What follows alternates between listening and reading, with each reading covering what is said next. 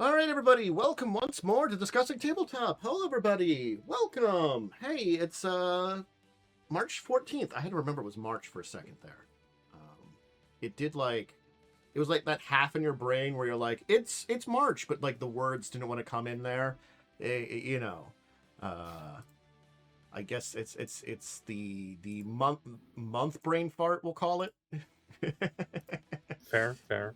uh But I hope everybody's having a very fine March and a very fine Saturday. We'll be diving in here and having hopefully a nice little time here, chatting about some interesting topics and getting into things here as we start. And of course, as per usual lately, but I'm joined by Worm and Momo, who have decided to accompany on me in this amazing adventure of chatting about a bunch of different things. So we've got some interesting topics to get into. But I guess we'll start with the kind of basics of how did everybody's week go? Any kind of interesting things pop out along the way that you got to enjoy?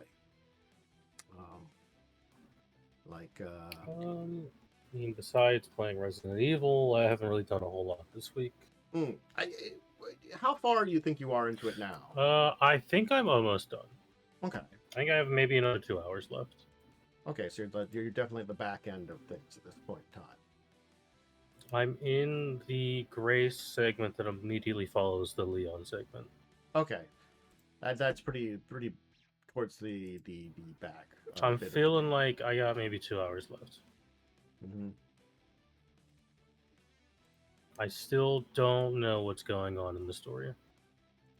But I feel like that's the normal for Resident Evil. Yeah, that's the kind of thing I was going to say about it is, unfortunately, with Resident Evil games, there is a story, but it is kind of a little bit vague. You have to usually either use a little bit of DLC, a little bit of supplementary materials, finding all the files, and sometimes they give you stuff at the end of hey, here's some files you can get here at the end. You earn them, or in another playthrough or something like that, just to fill in some blanks and stuff like that.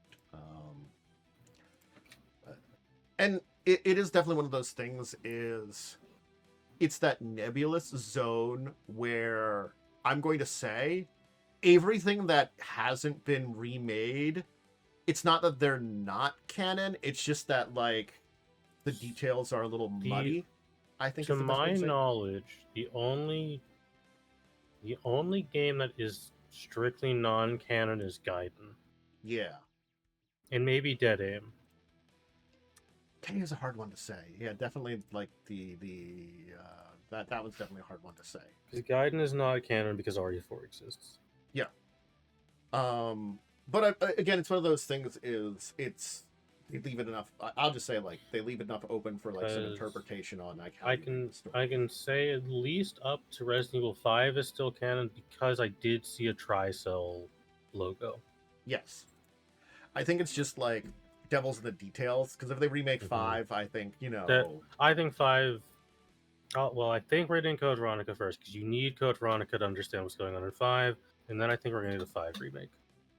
I could also see them possibly doing a 0 one, exploring more of what's going on with Spencer and creating everything. I know they said they're remaking 1 a second time, which is fair because 1 is in a weird nebulous canon state where none of it's technically canon because there's no ending where both Rebecca and Barry live.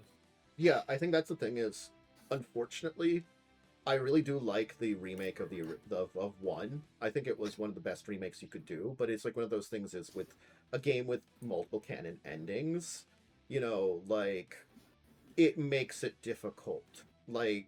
Certainly speaking, there are games that have endings, but when you can easily tell which is the canon ending and which is not, that doesn't make it very hard.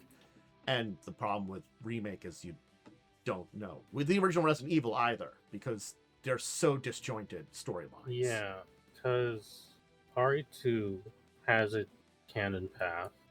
Yeah. I believe it's, at least for a while, it was Claire A. Leon B. was the canon version. I know the original had one canon path, and the remake technically has the opposite.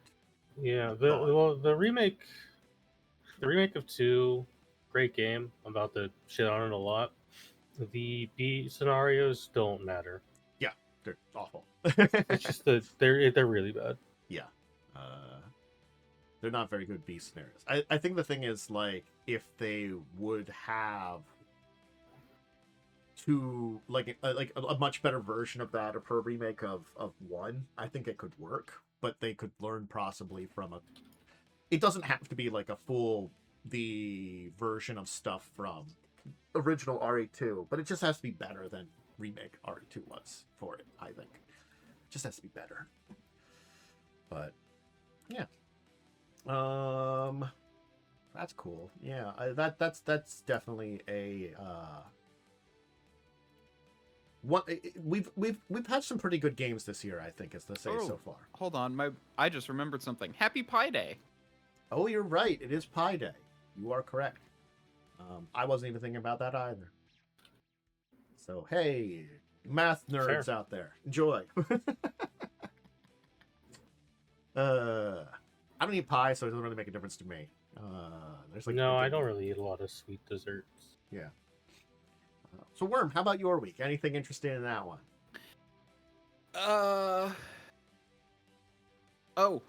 Twitch is stupid. Nice. I've been trying to like go through and like figure out kind of like I don't know, just make sense of like my finances over basically my lifetime. And just categorize things and kind of just try and do stuff like that.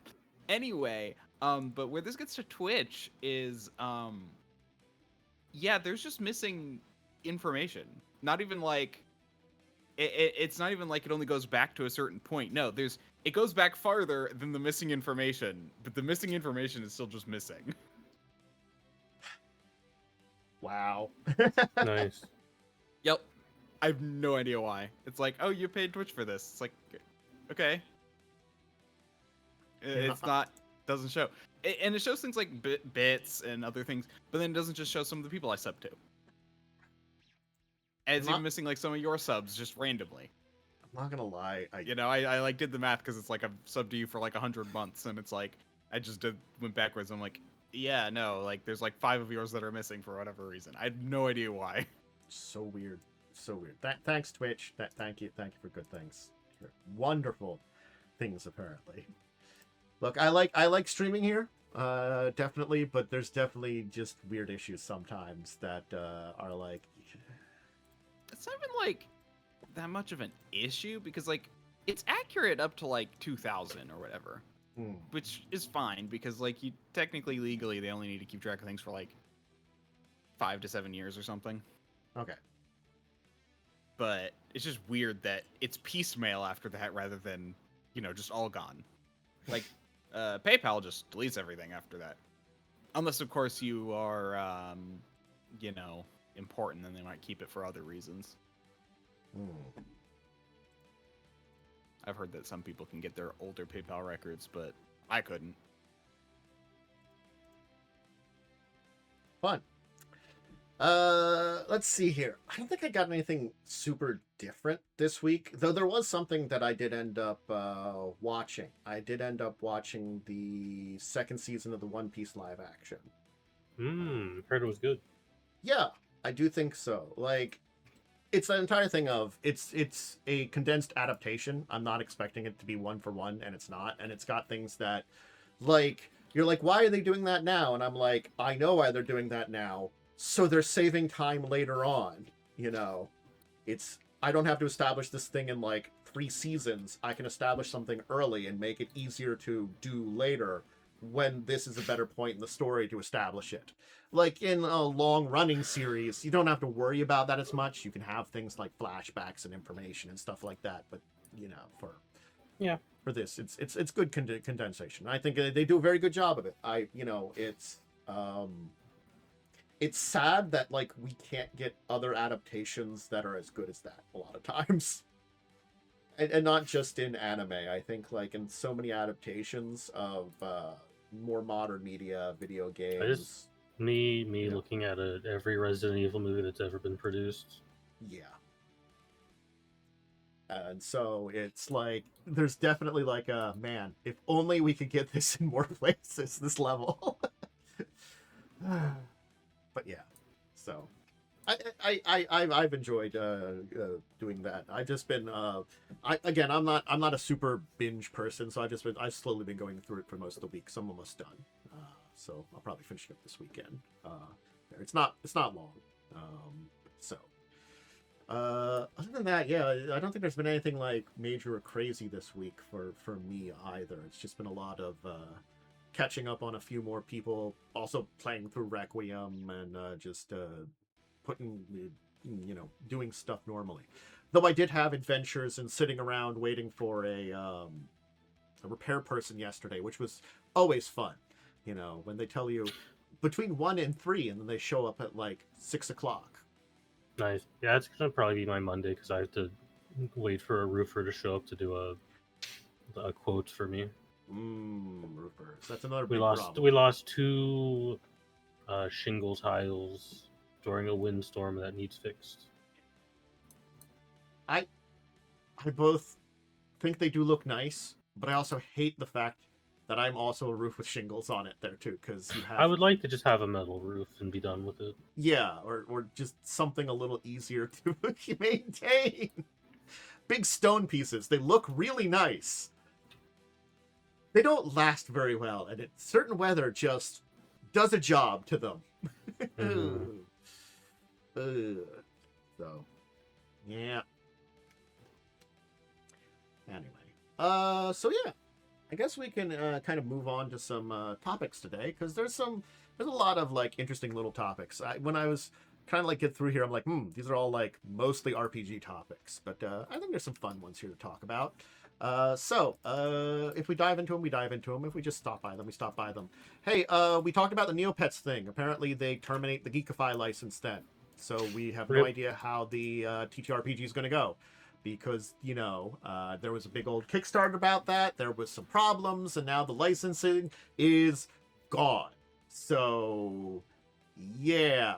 The playtest is being taken down, and who knows how Neopets in general is doing. Reminds me a lot of the Rebel Moon TTRPG situation. But I just hope that this one wasn't completely done and then stolen. Yeah.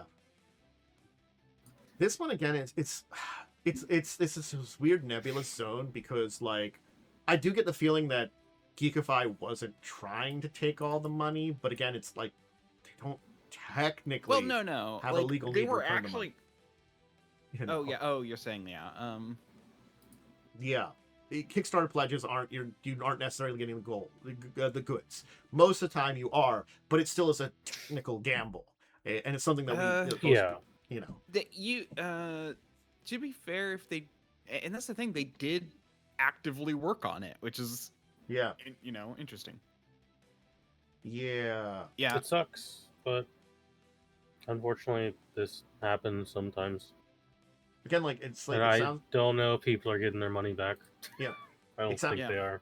And here's the problem too, is with Neopets being like, oh, we maybe want to do another TTRPG in the future. I'm like, yeah, but you've kind of half poisoned the well here too. Certainly speaking, I do feel like people as a whole aren't going to blame Neopets. So whoever they find in the future is there. But there is that sour taste that's there in response to a TTRPG. So it's like they're not blaming them if they decide to go somewhere else and work on it, make something new somewhere. But it's like, yeah, but we already got screwed up because you chose the wrong person before. Yeah, it's not your fault. They screwed up. But still, again, it's not like a full we're against it, but it's a souring, Yeah. No, I'm so curious about Neopets. I need to look into it again. Like, I never really liked it, obviously, but when I was a kid, because it was very confusing to understand what the heck was going on. They are trying to revamp it though, and they were actually kind of funny enough. It stayed basically the same. I saw a thing about this. More like I saw someone who was a fan of the game explaining it. But yeah, back when the Flash shutdown happened, they were like scrambling to like port their game over basically, they had to like basically completely remake it from scratch because it's still popular. Still surprisingly popular. And like, so they were basically remaking it, and I think while they were doing it, they were also planning to make it into like an app so you could do it on your phone. But man, that's just got to be like a ton of work. But when I last heard about this, it was like 4 years ago, so Yeah. I have no idea where they stand now. Maybe they finished it. So maybe we'll talk about this in the future if we know what's going on with if there's return of money, if what's going on with it, who knows. So yeah. Speaking of interesting things related to stuff, I mean, it's not a really good transition. I didn't have a good one there. Anyway, here's some interesting things. The D&D short quests. Some people are doing some basically 5e/5.5 miniature adventures that are 1 to 2 game sessions. Again, I'm going to say here, mechanically, you can't really recreate these, but if you want to have stories and do it in something like a Pathfinder or something like that, want to do the work of like just putting in like monsters and balancing to your own work, these are still good here too. So again, with D&D not being as much of a, we can always suggest it now too, at very least, if you want to do the work, you can adapt it, but it's a good idea for small adventures, 1 to 2 game sessions, that can be fun, and certainly speaking, these kind of things are easy to adapt to something a little bit larger too. So like you could add a couple of sessions with some, extra role playing here or there, or some extra things about it. It's a good basis for a lot of cool adventures. And I do like that we have more of these. I always say like, some short adventures are good. Sometimes you do not want an epic campaign. I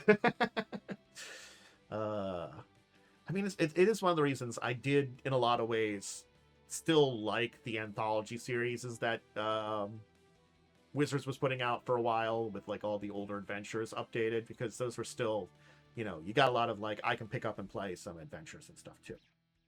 So it's a little Kickstarter. It's funded. It's, if you're interested in it, you may check it out. And some people that have worked on stuff before. So cool. But speaking of D&D and Hasbro, they have once again reassured us, and I was going to briefly talk about it, that, hey, no generative AI. AI that's non-generative, cool. Like, I guess, like, financial and work stuff, and maybe something in marketing. I don't know. But nothing generative. That's what Chris Cox says. Yep. He's mostly to be trusted. And mostly, I mean, I don't know. Oh, I guarantee you Chris Cox himself is still having people look into it and will flip the moment it seems actually viable. Mm-hmm. But they are actually at least not going forward until they know it's something that works, because they know the backlash will literally ruin their company. Yeah. If they introduce something too soon. Yeah. That's at least what I believe. Obviously, I have no like actual basis for this, but I guarantee you, if he finds a way that he believes will work without destroying the company, he'd throw it out in a heartbeat, even if everyone actually hated it. He just has to think it won't ruin the company. And apparently, from the interview with Cox, we do know that Warlock, the D&D game, is coming out later 2027. At least they're aiming for. So who knows if it actually is coming out? Again, there's just so much mess over at Hasbro and Wizards right now. We just don't know what's going on a lot of times. So Yeah. The Warlock game looked like a this is canceled game to me. Just gonna say it. he's still saying it's coming out, so who knows? To be fair, so did the new KOTOR game. Yeah, it's so weird because like I feel like Chris Cox is playing two sides of a coin. Like he's trying to sell to investors that they're using AI because that's the hot topic right now, but then they can't actually use AI because it would literally ruin their entire company. Yeah. It would So it's not kinda like this weird surprise thing. me if he's a guy who's full in on AI, but the community is so against AI that he just can't implement it. Yeah, no, I guarantee you that's basically what's going on. So because he's talked it up so much in the past, and his interviews are so positive of AI. But every time like I hear people talk about AI, I just think or positive about AI, I just think of my boss who like was telling me one time. It's all like he like I walked into his office to talk to him about something, and he was looking at something on like Facebook, I think.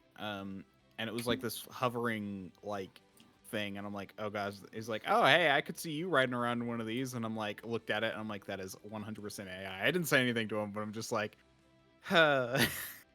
Mm-hmm. Like he just completely believed it, and I'm like, that is so fake looking. It's Easy also nice translation. that I think largely the world is becoming anti-generative AI. Yeah. Yeah.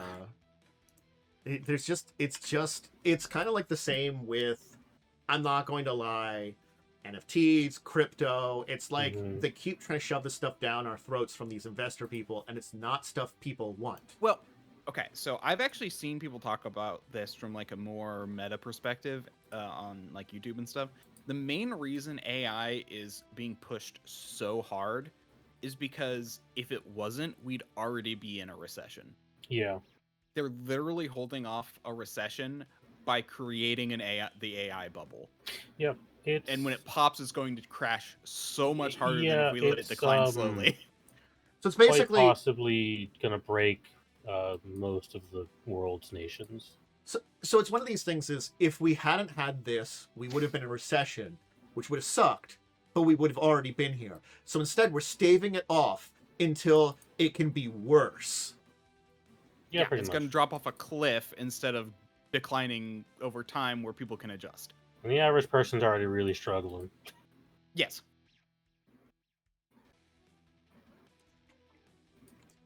Well, anyway, Well, that yeah. just Yeah, like why?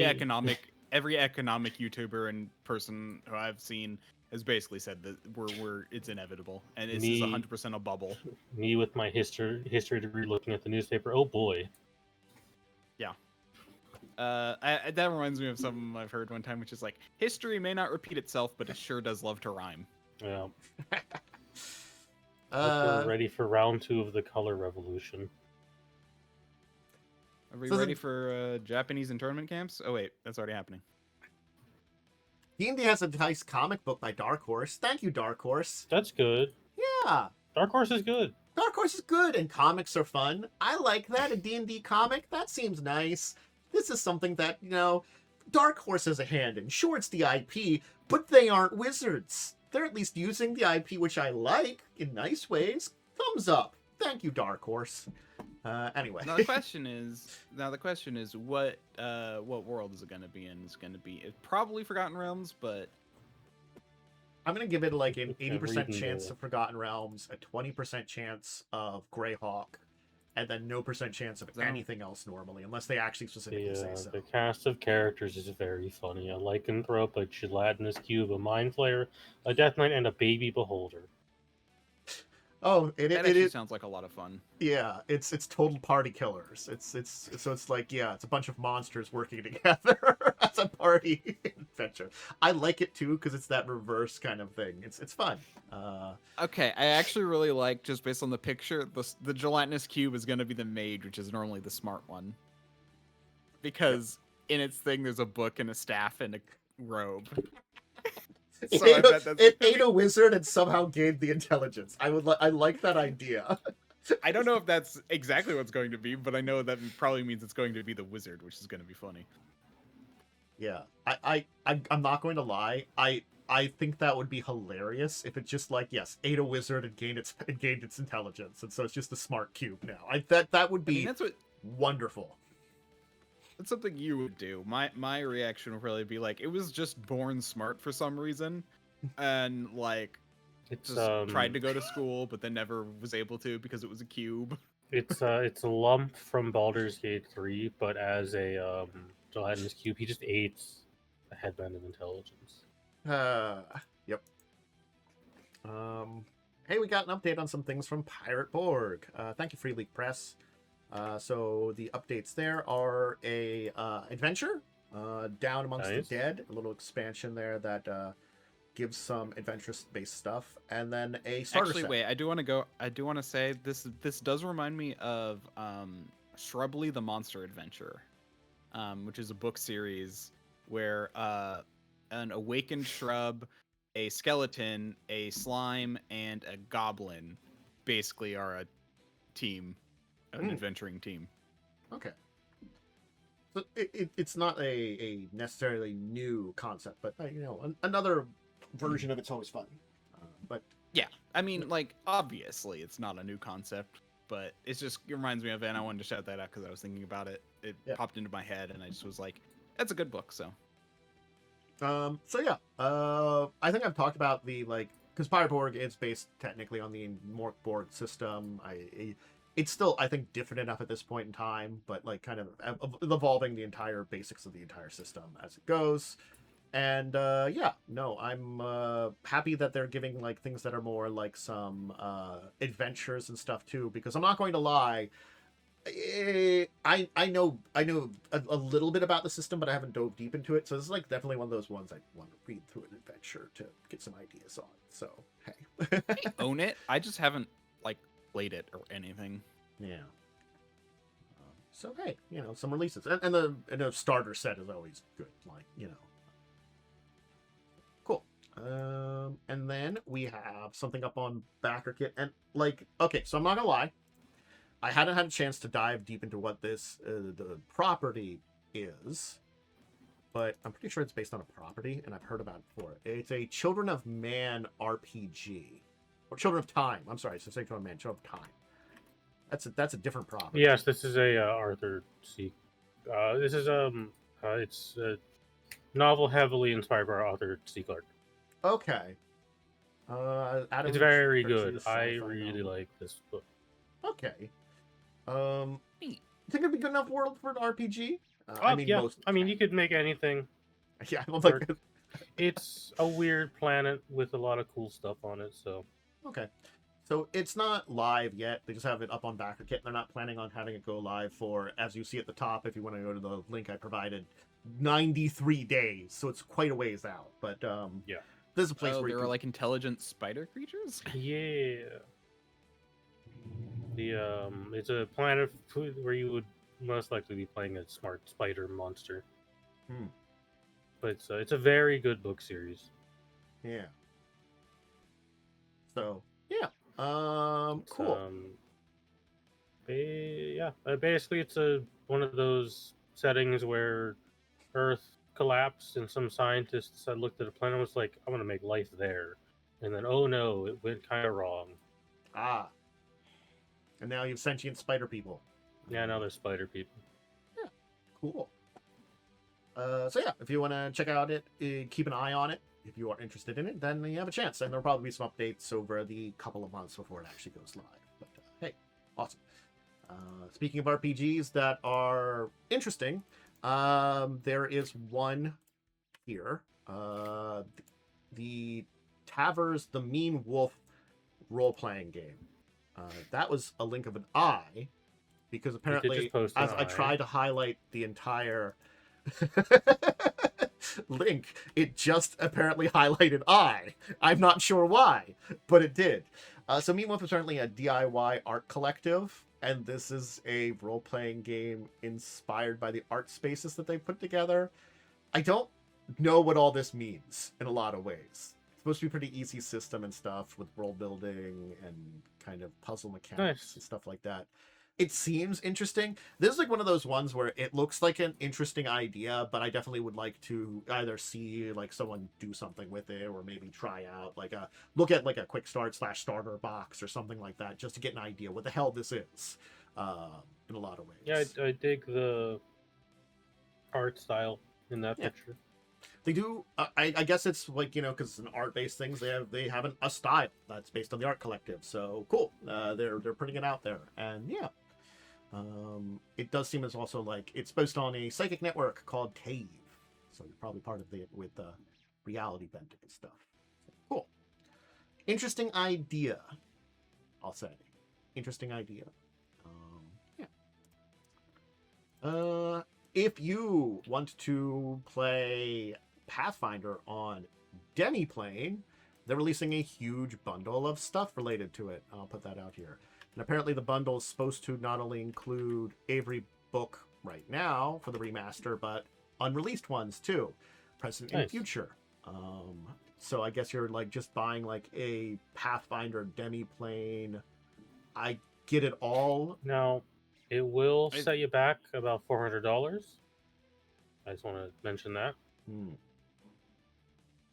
Yeah, it's probably all the rule books. I mean, because especially since things like Demiplane do tend to make money through the sale of Yeah, the the list assets, of books so- included are Dark Archive, Player Core 2, GM Core, Monster Core 2, NPC Core, Battle Cry, Treasure Vault, Rage of the Elements, Howl of the Wind, War of Immortals, and Guns and Gears.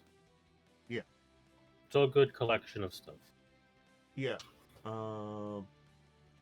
And it's sort of like this bundle will give you like access slash discounts on future books also. So you're kind of like, it's also I would say it's kind of a half subscription to like a one-time subscription to Pathfinder content on Demiplane if you're really interested. You're spending a lot up front for savings later. Yeah. So you're already getting a bunch off of all the books you would have gotten anyway. So. Oh yeah, Demiplane is for making characters, right? What is that for? They do have. I've used Demiplane before. It's like a character and basically a VTT as well. Yeah, I thought they had a VTT. It's not a super advanced one. I've only used it for Daggerheart. Yeah. But you can roll off of the sheets. He did. They do have a campaign kind of thing. So it's probably a lot more character builder than anything. Yeah. It's very similar to D&D Beyond and how it functions.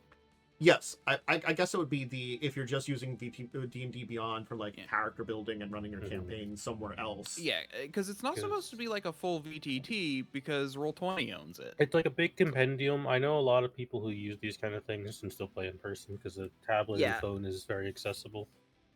From what it seems like D&D Beyond, but for other systems.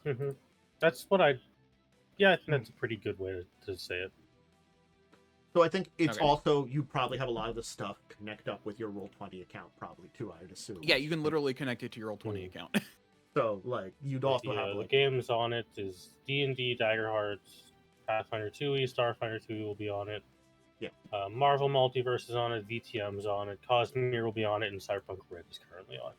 So it's also another one of those, assume that like if you need like access to like rule books and compendiums in your like Pathfinder stuff, it might be also between the two of these. I'm assuming, so you'll have both of them in that way too. So they're assumedly, yeah. Yeah. So it's kind of a double up on that end too. So if you're using those with Roll20, you're also should be fine theoretically. But I would if there's a detail somewhere that I'm missing that's not saying anything, I would say definitely check on it too. I'm just trying to like see if they're saying anything, but it might be just in the Demiplane rules and stuff like that.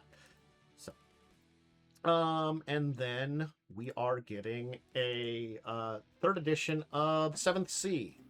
7th Sea is one of those ones I've heard about a few times. It's done by Chaosium, but I really haven't looked into very often. They apparently have a really interesting trailer they put out with it too, that if you want to go watch it, you can kind of link to it. They did actually like a really good job on a like trailer, but they are also focusing apparently on the more swashbuckling side of 7th Sea, which I'm guessing is only one of the technical directions you can kind of go for it. Let me get the link to their Kickstarter page too while I'm at it, not just their Chaosium page. It might be linked there, but I will link it also. And what do you know? They're funded. Yeah. Guessing to be fair, March 14th is too late to get one of the special things, the early bird things. Oh no, they push it back to March 17th. Never mind. So you can still get the early bird. You can get a free preview then at that part of time. So yeah. So it's, again, if you want to do some like swashbuckling, very pirate era kind of stuff, I'm guessing this would be, Renaissance-y, piratey, Age of Discovery kind of adventure type things. Yeah. Golden Age of Piracy stuff. Yeah.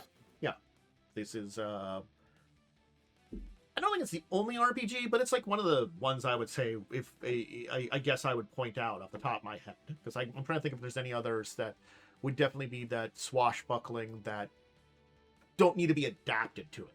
Like, Skulls and Shackles was adapted to piracy. It really wasn't made for it. So, yeah. Mhm. Yeah. That's out too. I mean, I'm And- curious about ship combat. Like that's Yeah, the thing. will Like, someone finally get it right? Who knows? I mean, I think the problem. This is definitely something we should do a discussion on. But like I think ship combat personally, like one of the big issues is so many people want so many different things out of ship combat. As soon as you said that, and it should be a topic, I looked at my discussing tabletop topics, and I have close to the bottom ship combat. So I do have that on there. It's something we've complained about enough.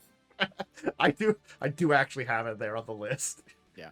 But yeah, no, I actually do think to some degree that like people, but that like I think people want different things out of it. So it's like one system might actually be hard because it might not fit all. I guess It it's might like, not be a one size fits all thing. and it's one of those things is that the system is built for it. I think that's why like ship combat worked okay in like Starfinder 1E, because the system was built, or the way they adapted stuff was built to work with their version of ship combat. They built the system into it in a lot of ways rather than ship combat. Part of it's also like everyone will have a skill that's useful in ship stuff because of the way skills kind of worked. Yeah. And like so you're unlikely to have like not have no skills, so Mhm. you're able to do something. And that's kind of the thing where like the problem I see in Traveler, for example, some players might just not have skills that are useful for ship Yeah. combat. What do they do? You know? It's sort of like even like in Star Trek, there might be times where your character isn't doing directly, like if you're doing like ship combat in Star Trek, which I think it's one of the ones that I've never tried to try, because it's just like I feel like that's a, if I'm doing more than one shots, I might get into that at one point in time or something like that. But I'm sure like all the players could do something here or there, you know, whether it could be the doctors helping out some people that are injured, you know, you're not necessarily on the guns or on the control or something there, but maybe you're like helping out people that got burned by an explosion or something on one of the decks, you know, and the Yeah. rocks came out of the console again. For as much as I hate Stars Without Number as a system, their expanded ship combat rules that were in a supplement are actually pretty good. Cool. Yeah, and I know like I know we drifted from like sea ships to spaceships, but literally like as far as it goes, it's the same thing. It's one Yes. object being controlled by like multiple people, which is what makes ship combat so hard. It's a single vehicle of some kind being controlled by multiple people and finding things for them to do in course of it, and that's not easy. So this is really the only like bigger discussion topic I had for this today, for news ones, and this is kind of a little interesting one. And I just want to kind of dive into it a little bit because it's both an interesting charity thing and a look back into the past. So this is an interesting one. Jonathan Tweet, who's done some work on various things, apparently worked on a Magic the Gathering RPG back in 1996, and it never got finished, which is kind of interesting enough. They didn't go very far with it, and so he's giving away a draft he had as part of this fundraiser that he's doing for Planned Parenthood. So this is an interesting thing because it's sort of like, where does this exist in the entire like nebulous version of like products and stuff too? I guess it's just a draft at this point in time. It's a draft, so it is mostly ideas, likely very unbalanced, but it's more so just a piece of history. Yeah.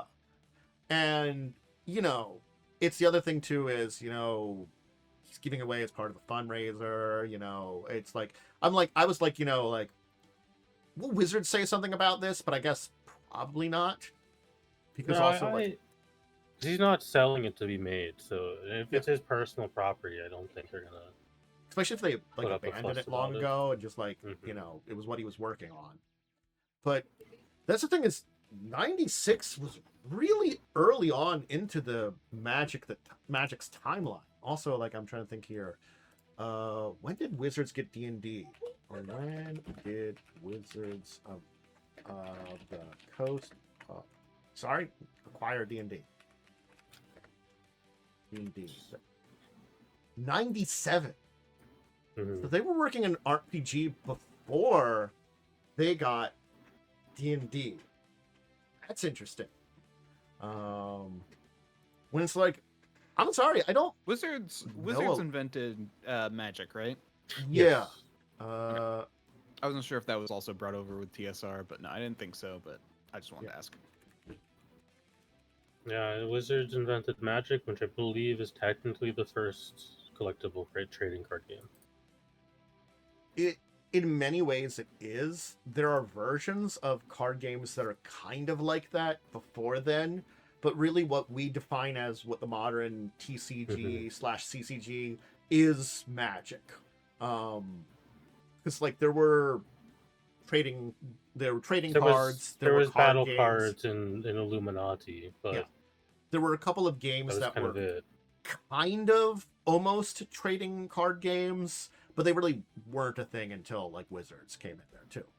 And Wizards as a company only started around like 1990 though too, so it had been kind of around there for a while. But Magic and Garfield coming to them and kind of getting behind them, because I mean, Garfield started so working it's with the them in first. 1991. Yeah, and that's the thing. Like, I think it's the first collectible card game because there were collectible cards before, Yeah. namely Yeah. baseball cards. So Yeah. Yeah, that should also be clarified. really the way you would play, quote unquote, trading card, because they were just trading cards. They weren't really games. Yeah, for the most part. that's what I. Yeah. Yeah. I was trying to say that, and I think I didn't like express it very well. But a lot of them played very similarly to Solitaire. Yeah. I was trying to like give a second here to look at dates. Where would we have been in Magic releases? So we would have actually been pretty deep into Magic releases by then. If we're talking about 96 when they were working on it, that was around the age of 4E, Ice Age Alliances. The first Mirage set came out that year. So we're pretty deep into there. And okay, so that was the era that we had just gone through Fallen Empires and Homelands also, but some hits and some misses. Yeah. So it's interesting to kind of know that that's still a good chunk into the like early ages of Magic, because Magic had found its footing yeah for the most part at this point. yeah. So it's like trying to think about like the time period that they were working on this. It's definitely one of those things. Is I'm very curious. Because he says there's not much in this article about it. I probably could find another article if I want to dive more into it. I just kind of saw this one. I want to kind of talk about it. Contact with directly via this guy. So you do have to kind of contact him directly via the platform to kind of get into it though too. But he was saying like it's something else on its own. But he's also a person that he doesn't pedigree. So whatever this draft is probably is pretty interesting. Since he worked on Ars Magica, third edition, 13th Age, pretty big RPGs that have some pedigree, at least definitely during that time period. What could have been, Yeah. Could have gotten this instead of D&D. Who knows if it would have stuck around? Yeah, I don't know. Magic was very popular. Yeah, I'm looking at his post on Blue Sky here about it.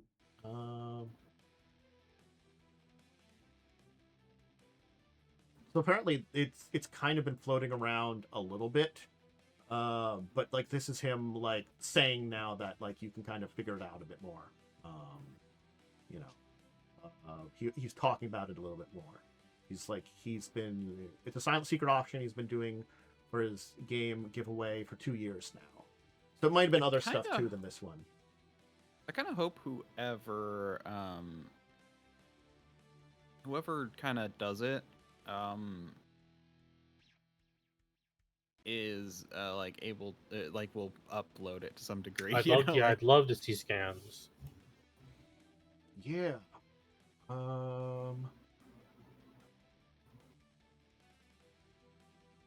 Oh wow! And they're kind of discussing versions of it too. So it's like, and I think the thing is, the reason he's talking about it now because he's like, hey, yeah, it's been 30 years, and no versions of this game have come to light. You know, that's why he's talking about it now. 30 years later, and none of the versions that have existed, because they're talking about in the Blue Sky, whatever they're called now. A little bit about the various Posts. I think they're just called posts. I think in the comments of the post here too. Yeah.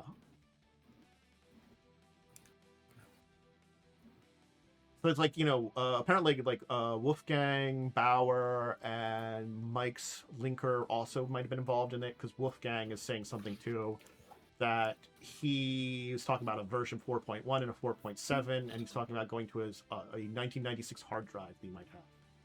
And Mike Senker has a version that's apparently 4.3. So they've had a bunch of different versions of this game. very cool. So curious what it would have been like. Yeah. Because if they have a final version of it, why didn't they print it then too? It's entirely possible the D&D purchase was like, we're gonna do this instead because it's a more established name. You're right, because it's 96 versus 97, and that sounds like a difference. But they might have been working on that deal in 96. That's the other thing too. It's like I as soon as you said that, I'm like, they could have already been working on that deal while this final version is, because this is this picture here is of 4.1, and if they're talking about a 4.7 version, that's a ways away from here too. Also, entirely possible that ideas from this were rolled into what 3E became. 3E has enough changes that I could see some of those aspects of what was being developed here going into its development. Because as much as 3E is a evolution of the last edition of AD&D, there's enough changes there that, definitely speaking, there was some big developments that came upon out it. So this is definitely like a really interesting history kind of deep dive.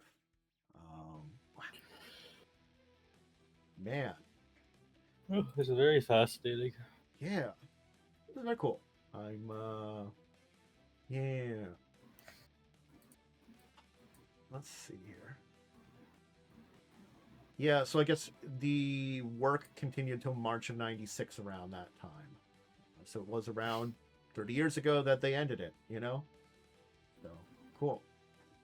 That was a little bit of stuff that I thought was really cool to kind of dive into here and talk about, because it's a cool piece of history that, at very least, one version of it still exists. And that's, cool that it was something that was being developed, and, if any of the other versions meet the light of day, who knows? But at least one is floating around out there, I can say that's something cool.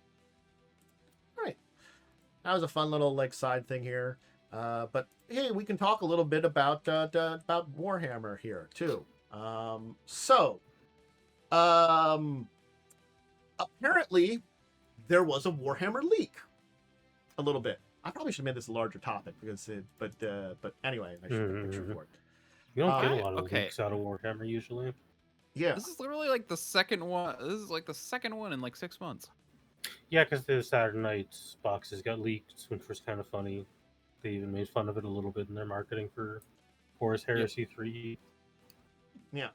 So apparently a orc war boss got kind of leaked. So they're apparently, Games Workshop is getting on top of things. Here's an article about some of that stuff there too.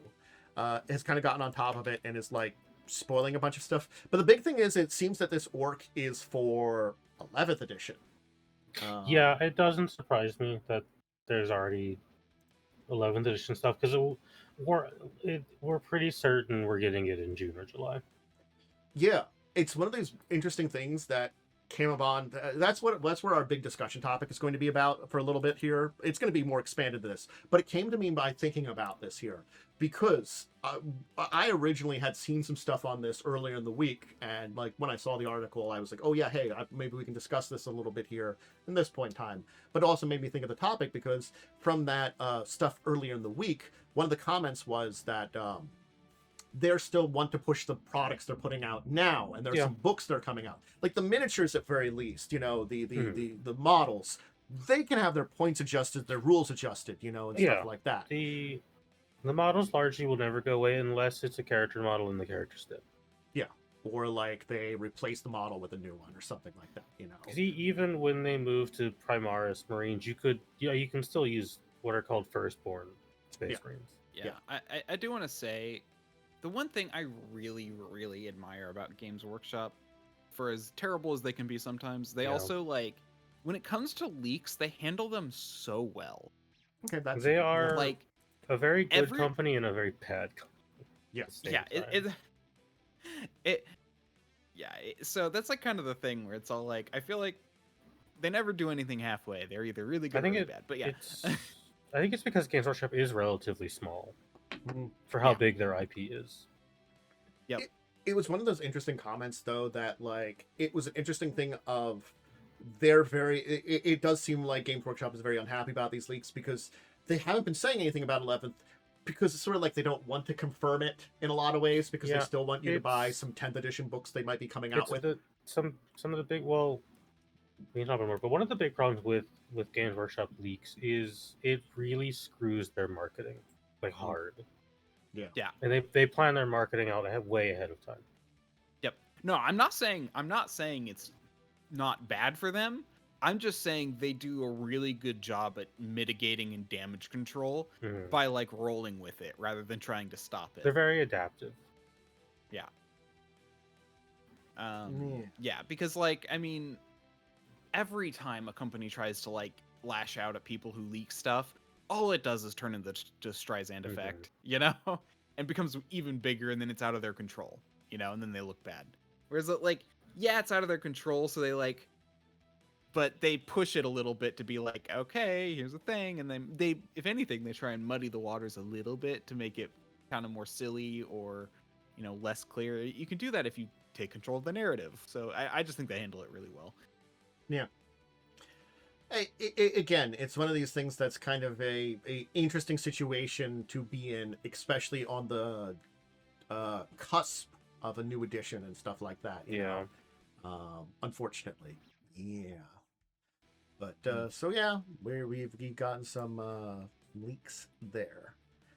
As I said, we'll kind of half revisit this topic in a little bit here, but for now, I just kind of wanted to kind of say the inspiration and say like, hey, yes, this is the thing that happened this week. So if you want to, then they're now on top of it, and now if you want to check out a lot of the stuff that was leaked, you can. So you're gonna go see what they're talking about at least now. So 11th ed stuff. Yeah. So. Yeah, it does suck for them, but at least they're good sports about it. Yeah, it ultimately it sucks, but this is like, no one's gonna be mad about it community-wise. People are gonna be excited that there's new Orcs. Yeah. Yep. And that there's a new cool-looking Grot. I think, again, it sounds like the only thing people might be upset about would be if they really want to get that really cool book right before 11th edition comes out that's being released now, and it's not going to be very helpful. At this point, if 11th edition you're a comes Warhammer out. fan at this point, you're used to that. They're going to put out some books that you're like, I kind of want these, but they're not going to be functional in like a month or two. I mean, you could always still, like, they don't come and burn your copy of 10th edition. Yeah. You can still use 10th edition, or you can still figure out something from it or something. Yeah. I mean, not to mention, like, when things first come out, people tend not to upgrade. Mm-hmm. You know? And like, it also probably, in all honesty, this probably will not even be ready by the time 11th edition is out. Yeah. So, there's a lot of nuance to it. But that's a conversation. Anyway. Hey, we got some, a little bit of board game and some company-based news, we'll call it. There is a Starcraft 2-player miniatures game coming to retail in May. I forgot that this was coming out. So this is the 2-player starter sets of the miniatures game. So I guess I do think they're planning more. But... think it's cool. Starcraft is awesome. Yeah. So this is like Zerg and a Rebel Terran army that you're like. You probably have, you probably have your Zerg, and then depending if it's StarCraft 2 or StarCraft 1, you are probably doing Rainers, Rebels, and then Looks like Raiders Rebels. It's gonna versus play like Terrigen. It's gonna play like Starcraft 2 Part 1. Yeah. Which I forget. I think it was called Wings of Liberty. So I'm assuming that because this again is the starter set, we'll get more. That'll probably open it up to like Most more likely. armies and stuff. Well, you really only have 4 armies in StarCraft. Well, 4, I guess, like quote unquote 4 factions. You got your Zerg, Protoss, Terrans, and Xel'Naga. Those are your 4. I guess it also might be more releases for them because I'm sure that like you could do different versions of stuff. Because these are Raynors guys. You can have Mengsk as guys. You could, and this would be a very awkward release. StarCraft 1, you could have the Terran Confederacy guys. Yeah. So yeah, I think it's also a bit of like we can release more different units with different, like it's Raynors guys or the other guys or stuff too, So we'll see probably more, but at very least we're before you ask, chat. Yes, in StarCraft 1, the Terran Confederacy did have a Confederate flag. Lots of them. They all sounded like they were from the South. It's The 90s were a crazy time. Thanks, Blizzard. I do recommend playing StarCraft. They're very good games. So we're also getting the 15th anniversary edition of Ascension. So if you don't know about Ascension, Ascension's pretty... Well, do you have something, Worm? I was just going to say, yeah, speaking of... Does anyone know when the Easter egg Zerg Rush was removed? Because I noticed that was gone. I don't know when that got removed. Oh, wait. I'm still praying for the day that we get StarCraft 2 Complete Edition on a launcher that doesn't suck. Just put it on Steam. It'd be nice. You got Overwatch on there, Blizzard. You could just show StarCraft on there. Yeah. People probably like it. Just saying. I can't find anything about when it was removed. All I know is it's no longer there. Yeah. Ascension, which is a game that, like, I'm not going to lie, I have played before, probably an early edition of it because it's been out for 15 goddamn years, is coming out. It's Ascension Chronicles of the God Slayers, I think is what the original one is. It's got a hell of a name, and it's very pretty box. Deck building game? It's a deck building game. It's a 2-player deck building game, very much so. There's a couple other games I'm trying to think of, which again, me not remembering the names of games at this point in time. It's a style of game that definitely was being developed during that time period, which we can see a lot of now, and it's fun. It's one of the classics of that. It's had a lot of developments. This would be like one with foiled cards from the original set and the Return of the Fallen cards, new artwork on them. So they are doing a lot to make it a spiffy new one, and it's got apparently their 4th edition updated rules, which, again, I probably played the 1st edition of this game, so I have not seen what the updates and the rules are. They're probably not a lot different, but they might be. Who knows? But it was a fun enough game. I know the original was 1 to 2 players, and it looks like I'm guessing with one of the first expansions they got up to 4 players because now I can go up to 4 players. Because I just remember I duoed it with Joe a bunch of times. So yeah. Or it could have been in one of the many editions that they're like, hey, here's the basic rules for doing more players. But since they say 1, there's also probably a single player version of it, which I'm like, heck, I don't know what that would be. But yeah, so a lot more options now after 15 years. And yeah, pretty neat game. So yeah. And then, hey, this is something that I'm not going to lie, I both haven't been asking for and am asking for. Big phone updates for Roll20. The entire thing that we would like to be having mobile support is quite nice. Yeah. Hey, I'm having problems with my internet. I can get on my phone and still play with my friends. Yeah. Looks like this is something people have been asking for years. Yeah, phone support. Decades. It's good that they're finally rolling phone support out properly. Looks like they're starting with D&D based stuff, but I assume if they're going to be able to make this available, they'll be able to make other games available eventually too. Yeah, they're probably going to stick with the mega popular ones at least. Yeah, your Pathfinder, your D&D. Yeah. So I guess we'll see more updates in the future. Yeah, at least a decade people have been asking for. Yeah. It's nice. We've had sessions where someone's internet craps out, and then, well, sorry, you can't really play because the phone site doesn't work. Yeah. So yeah. The big thing will be like more like again D&D based stuff now, but we'll see more updates as they're going on. And they're rolling out phone stuff too. Big thumbs up. Yeah, okay. It still seems like it's still just like character sheet and stuff rather than like actually being able to play a map. It's better than it was. Yeah, I mean, I'll take being able to look at my character sheet on my phone. Yeah. Same. Is it great? No. Is it better than it was? Yeah. It seems like you'll be able to roll, you just won't be able to interact with like Someone a map. can stream on Discord for me, and I can tell them where to go. Mm-hmm. So, hey, you know who we haven't heard from for a while? Diamond. Do we want to hear from them? Probably not, but we're going to talk about them briefly today.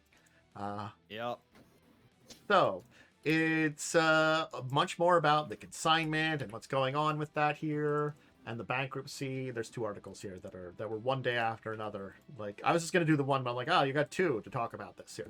So the first one deals with the consignment inventory. Again, the credit groups have filed motions requesting the return of consignment inventory and payment of administration claims. Because apparently there was a lot of mishandling, secret deals between a secured creditor and trustee appointed by the administrator of the bankruptcy. Secret deals, I love that one there. That sounds great, that what's going on here. So yeah, the $47.4 million of consignment inventory that's still in a thing somewhere going on. So yeah, a motion from the committee was filed on March 7th. It looks like... Yeah. And it's just kind of like, yeah, I don't... So...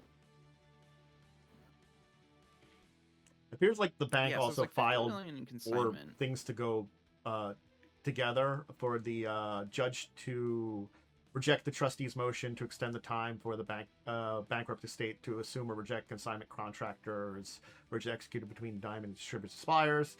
So basically, they're appealing that also. That's the secondary one, is that Diamond's like, hey, we need more time. We're appealing this decision that the judge made for us to just pony up and finish up what's going on with this crap.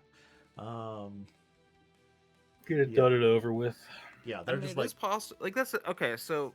I guess the judge is the one who pushed it into chapter 11. Wait, in the chapter 7 bankruptcy time, they did get into oh no, sorry, yeah, orders chapter 7. I think chapter 11 is the good one, chapter 7 is the bad one. Yes, they moved from chapter 11 to chapter 7 is what happened. I get those flipped. Yeah. Look, it's confusing.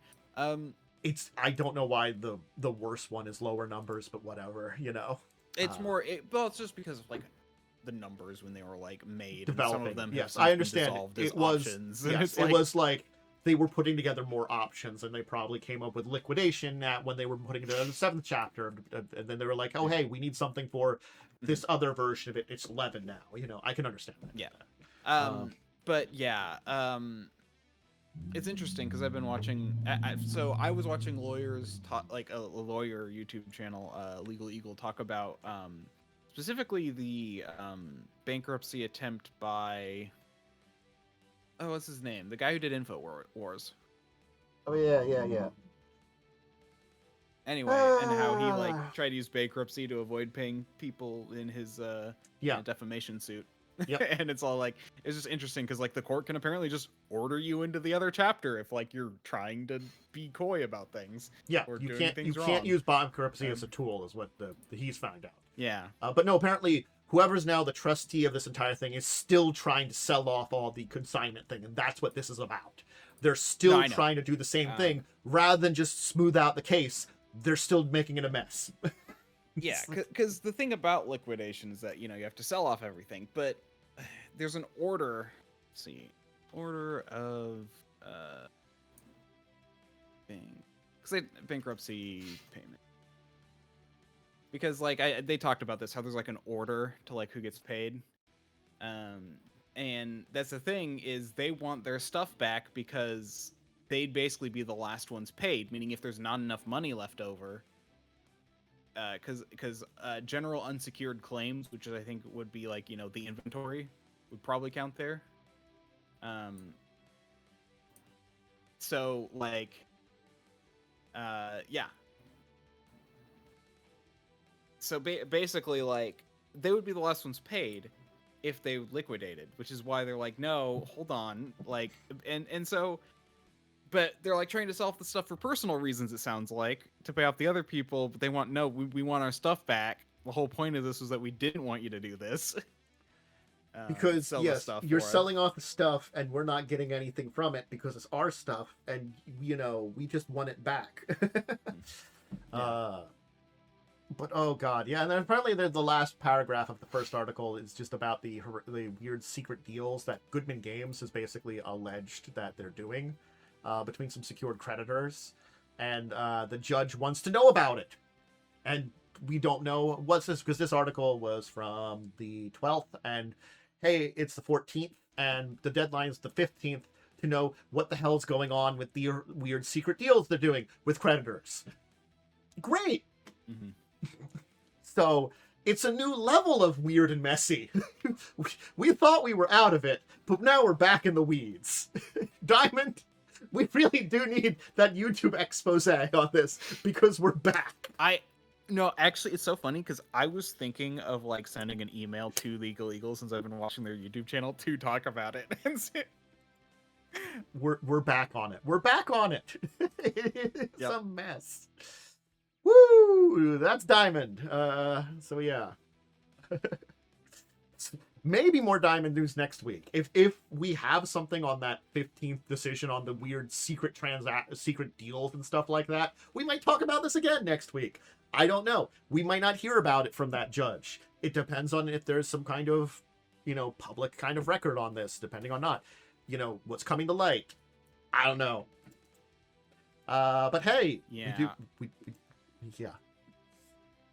But there's one more thing here related to some of this stuff, because we've talked about it before, and that's a tariffy thing.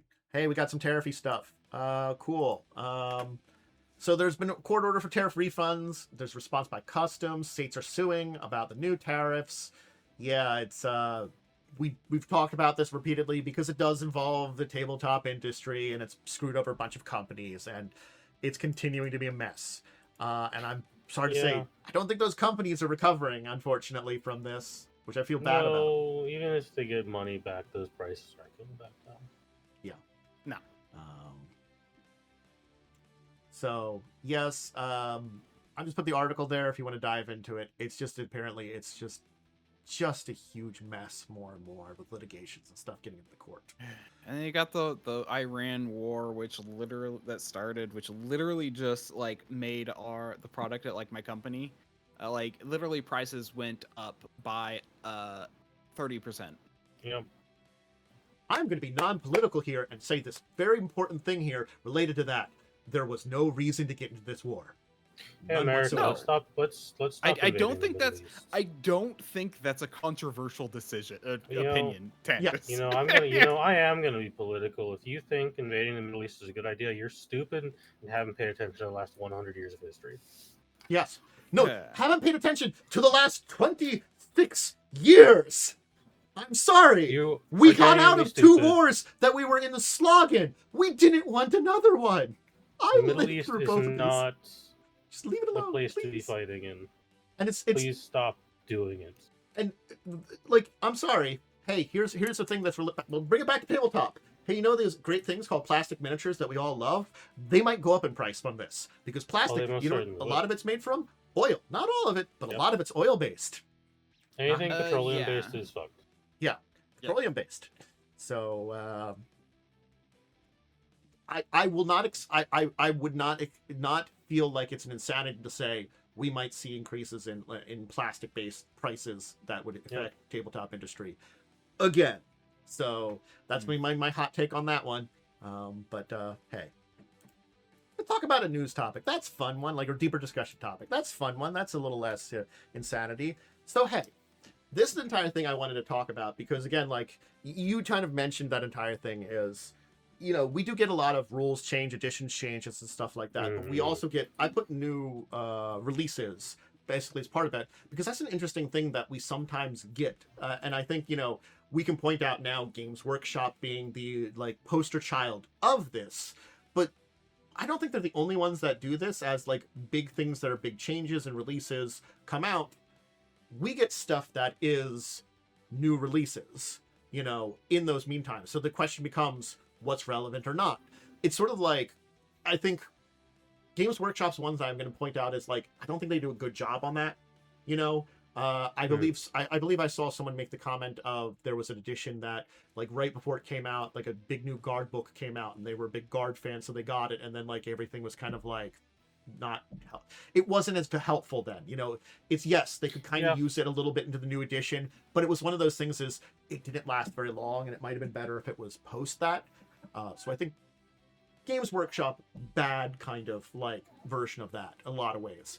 But then again, I can also point out, I think Paizo's kind of decent at it, because they've talked about, like, right before they came out the remaster project, a bunch of stuff that was like beforehand, and most of it is stuff that, like, when you look at it, really you don't have to worry about the stuff from the remaster project. It was like what the TNZ World Guide and stuff like that, I think, is technically before remaster, and that's an entire continent that's based on very little related to old stuff. So TNZ World Guide was, I think, one of the first products after the remaster. So that was right after. So it was right before it would have been. Was it? Because there's Rage of Elements around then. I have to look at the products, but release. Let me put it this way: anything here. Nope, wrong side. Anything here is remaster. Release date. So. Hi, release calendar. What do you got for me? Paizo release. That's calendar. why I know what isn't remaster, because I literally started subscribing to Paizo when they did the remaster. Remaster came out. Was that 24 or 23? Because that's War of Immortals over there. Which came out in 24. Man. Could have been. Okay. So it was 22. Because GM Core and Player Core came out in 23. All right. Cool. Great here. So let me look at what came out right before there. That was very close. I know there's a couple of interesting bigger books that came out, and I'm trying to look at the list here because the stuff they talked about. Yeah, Rage of Elements. Rage of Elements was one that came out right before it, and I think a lot of stuff from Rage of Elements is very remaster coded, even though it is technically second edition original. Yes. I was about to say Rage of Elements was probably the one that like was the last one released under the old version. Yeah. They probably still will need to do a remaster for that one because it's still got a lot of obviously the old copyrighted content. But all things considered, I do like all things considered. So the big things they changed honestly is more copyright stuff than anything. Like a little mechanical cleanup too. Yeah, well, no. So yeah, it was mechanical cleanup, I would say. They got rid of some spells. They added a few extra spells. Like I know they got rid of like mirror image basically. Yeah. Probably because it was a bit weird in how they used it, and there's no replacement. And there's a few things like that, which they still haven't done replacements for. They might in the sorcery one, but the one with the magus, although because that's the interesting thing about that one, that with the magus, the summoner, they're also releasing it with necromancer and what was the other one? I don't remember. Anyway, and one other class. So they're gonna completely redo that book. They're just not gonna Secrets of Magic, that's what it's called. They're just gonna completely redo Secrets of Magic into like a whole new book, which will be interesting. Which might be where some of the spells they've left out will come back and stuff like that. Maybe, I don't know. So it's like, I feel like there are certain things that are you're okay, like adventures,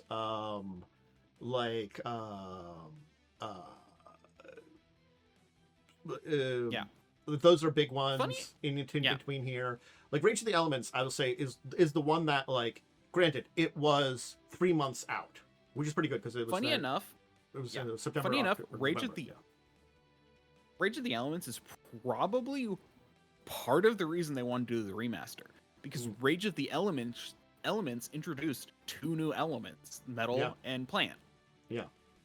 Wood and metal. Yeah. Yeah, wood and metal. So they have 6 elements in Pathfinder now.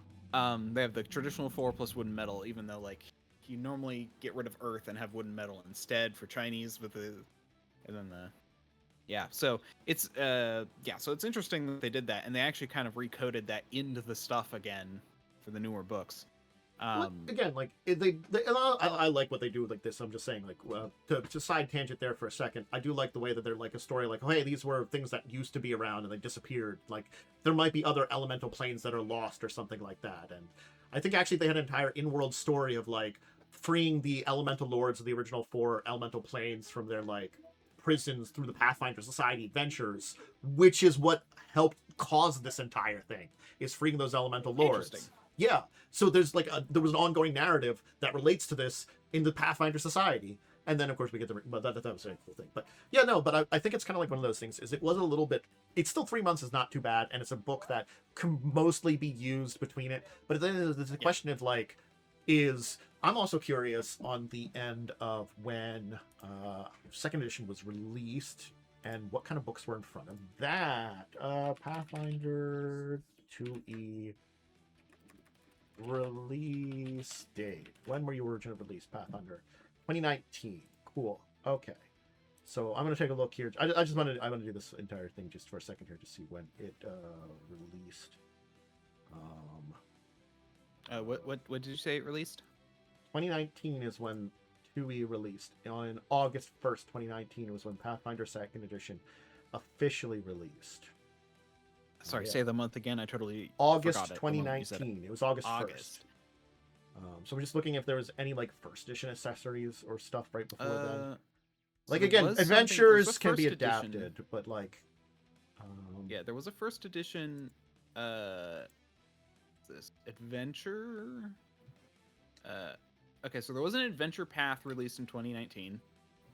yeah. There was a module released in 2019. There wasn't a lot in June or July at very least, and in May I'm not seeing anything fairly major that exists Wilderness beyond Origins, adventures, because they had like Heroes of Times Grasp Galarian, stuff. and Chronicles of Legends was released 2019. I think they did a pretty good job of having not a lot of big releases beforehand, for them at very least. Yeah. So I'll give them a pass on this one. I'm trying to like look into like if there's any other examples of like good or bad. Like I'm just trying to see how good they were. But yeah, so they literally their last books were in August 2019 for 1E. So they literally stopped producing 1E when 2E was released. Yeah, which is good too. And it does look like I don't know why I kind of thought there would be some overlap there, but I guess not. there were some books also before then which added a little bit of lore and stuff too. I'm looking through the books in 2019, but it's like some adventures, flip max, side things, you know, but some Pathfinder Society things which are adventures. But like other than like a couple of books like Chronicles of Legends and Heroes of Galarian, which if you're looking at what they are, they're very like it has some character stuff, but also it has some like lore shit too. So it's like you can still use it for the lore stuff. Like even Heroes of Galarian, you can still like use it for like heroes in various other places in the world and stuff like that. It's very lore-y too. So again, like I think they did a pretty good job on their edition. But again, like it's one of those ones is anyway. So this has been a very big tangent here, just to say, like, I do think Pies is a good example of this kind of concept of that they have releases still up before their new edition, their big change, but all of them are stuff that either you could adapt to the new stuff or still use with the old stuff that are fun things, adventures, side products, world products, you know, things like that. They do a pretty good job of it. But we do see, like, sometimes with, like, honestly, Games Workshop, where it's on the badder end, where like you're releasing something a little maybe close to that, where like I'm not gonna lie, codices and big like rules things are kind of bad to have. I think at the back end of it, you know, when it's the update people want. I think they're largely fine because for the most part, people aren't going to immediately jump into 11th. That's true. What I will also say is a lot of the times editions barely change between editions. Like 8th and 9th, largely the same. It's just we cleaned up the rules more. 10th and 11th will be probably that. 9th to 10th was an incredibly large rule overhaul. So much so that I think 10th edition is a bad edition. Yeah. And if you also want to talk about edition changes like 5.5e, I feel like that's a lot bigger. It was a lot smaller than I think they wanted, but it was still a lot bigger than it should have been. You know? Yeah. And I'm still not 100% sold on it being necessarily a good move. And here's the thing I'm going to say also, like, that I still think, you know, releasing adventures can be kind of a hit or miss. Like, I'm not going to lie, there is a big difference between, let's say, I'm looking at some release dates here. Mhm. Last Adventure Path was still coming out before 2nd edition Pathfinder. Okay, cool. It's an adventure path. It was 6 adventures long. Took a while to get through. You know, people might have already been playing it. They're getting into it. It's meant to be a big story. Quest for the Infinite Staircase came out a couple of months ahead of 5.5. It's an anthology. Okay, cool. Think about this here for that one at least. That's a bunch of adventures that you will have to update to 5.5 if you want to play it in there. Yeah. You can still play with 5.0. You can always still play Pathfinder First Edition. I'm not saying that there too. But when you're releasing something that close together, you might be thinking about playing in 5.5. And it's that problem that has been a big discussion, which most people agree at this point in time. 5.0 and 5.5 are not compatible. You know, that's the problem too. They are not compatible. Kind of not. Like monsters aren't really good. It is forward compatible only. Yes. It is not backwards compatible. Yeah. So that's why definitely it's one of those things is if you wanted to try to play it with it, these adventures wouldn't work, you know, and, you know, it was, again, this is another problem with the Monster Manual coming out very late. It would have been very hard to adapt this. It would have been half a year to adapt this. I think this is a bad example of this. Like, if the Monster Manual had come out right away, where it could have been easier to adapt these adventures, cool. You didn't have that. My consistent take on 5.5e has been it should not have been released until all 3 books were ready. I agree. But they wanted to get it out for the 50th anniversary, which is why they did it that way. Yep. I think it was I think it would have been better to, like, say, like, what they really should have done, if they really wanted to, but I also know there was other things going on, obviously, in the background. But I think a smarter move would have been to announce the new edition as their 50th year, rather than release it in their 50th. I think they could have had more time to work on it. With that said, we all know the company was falling apart before that anyway, so it's whatever.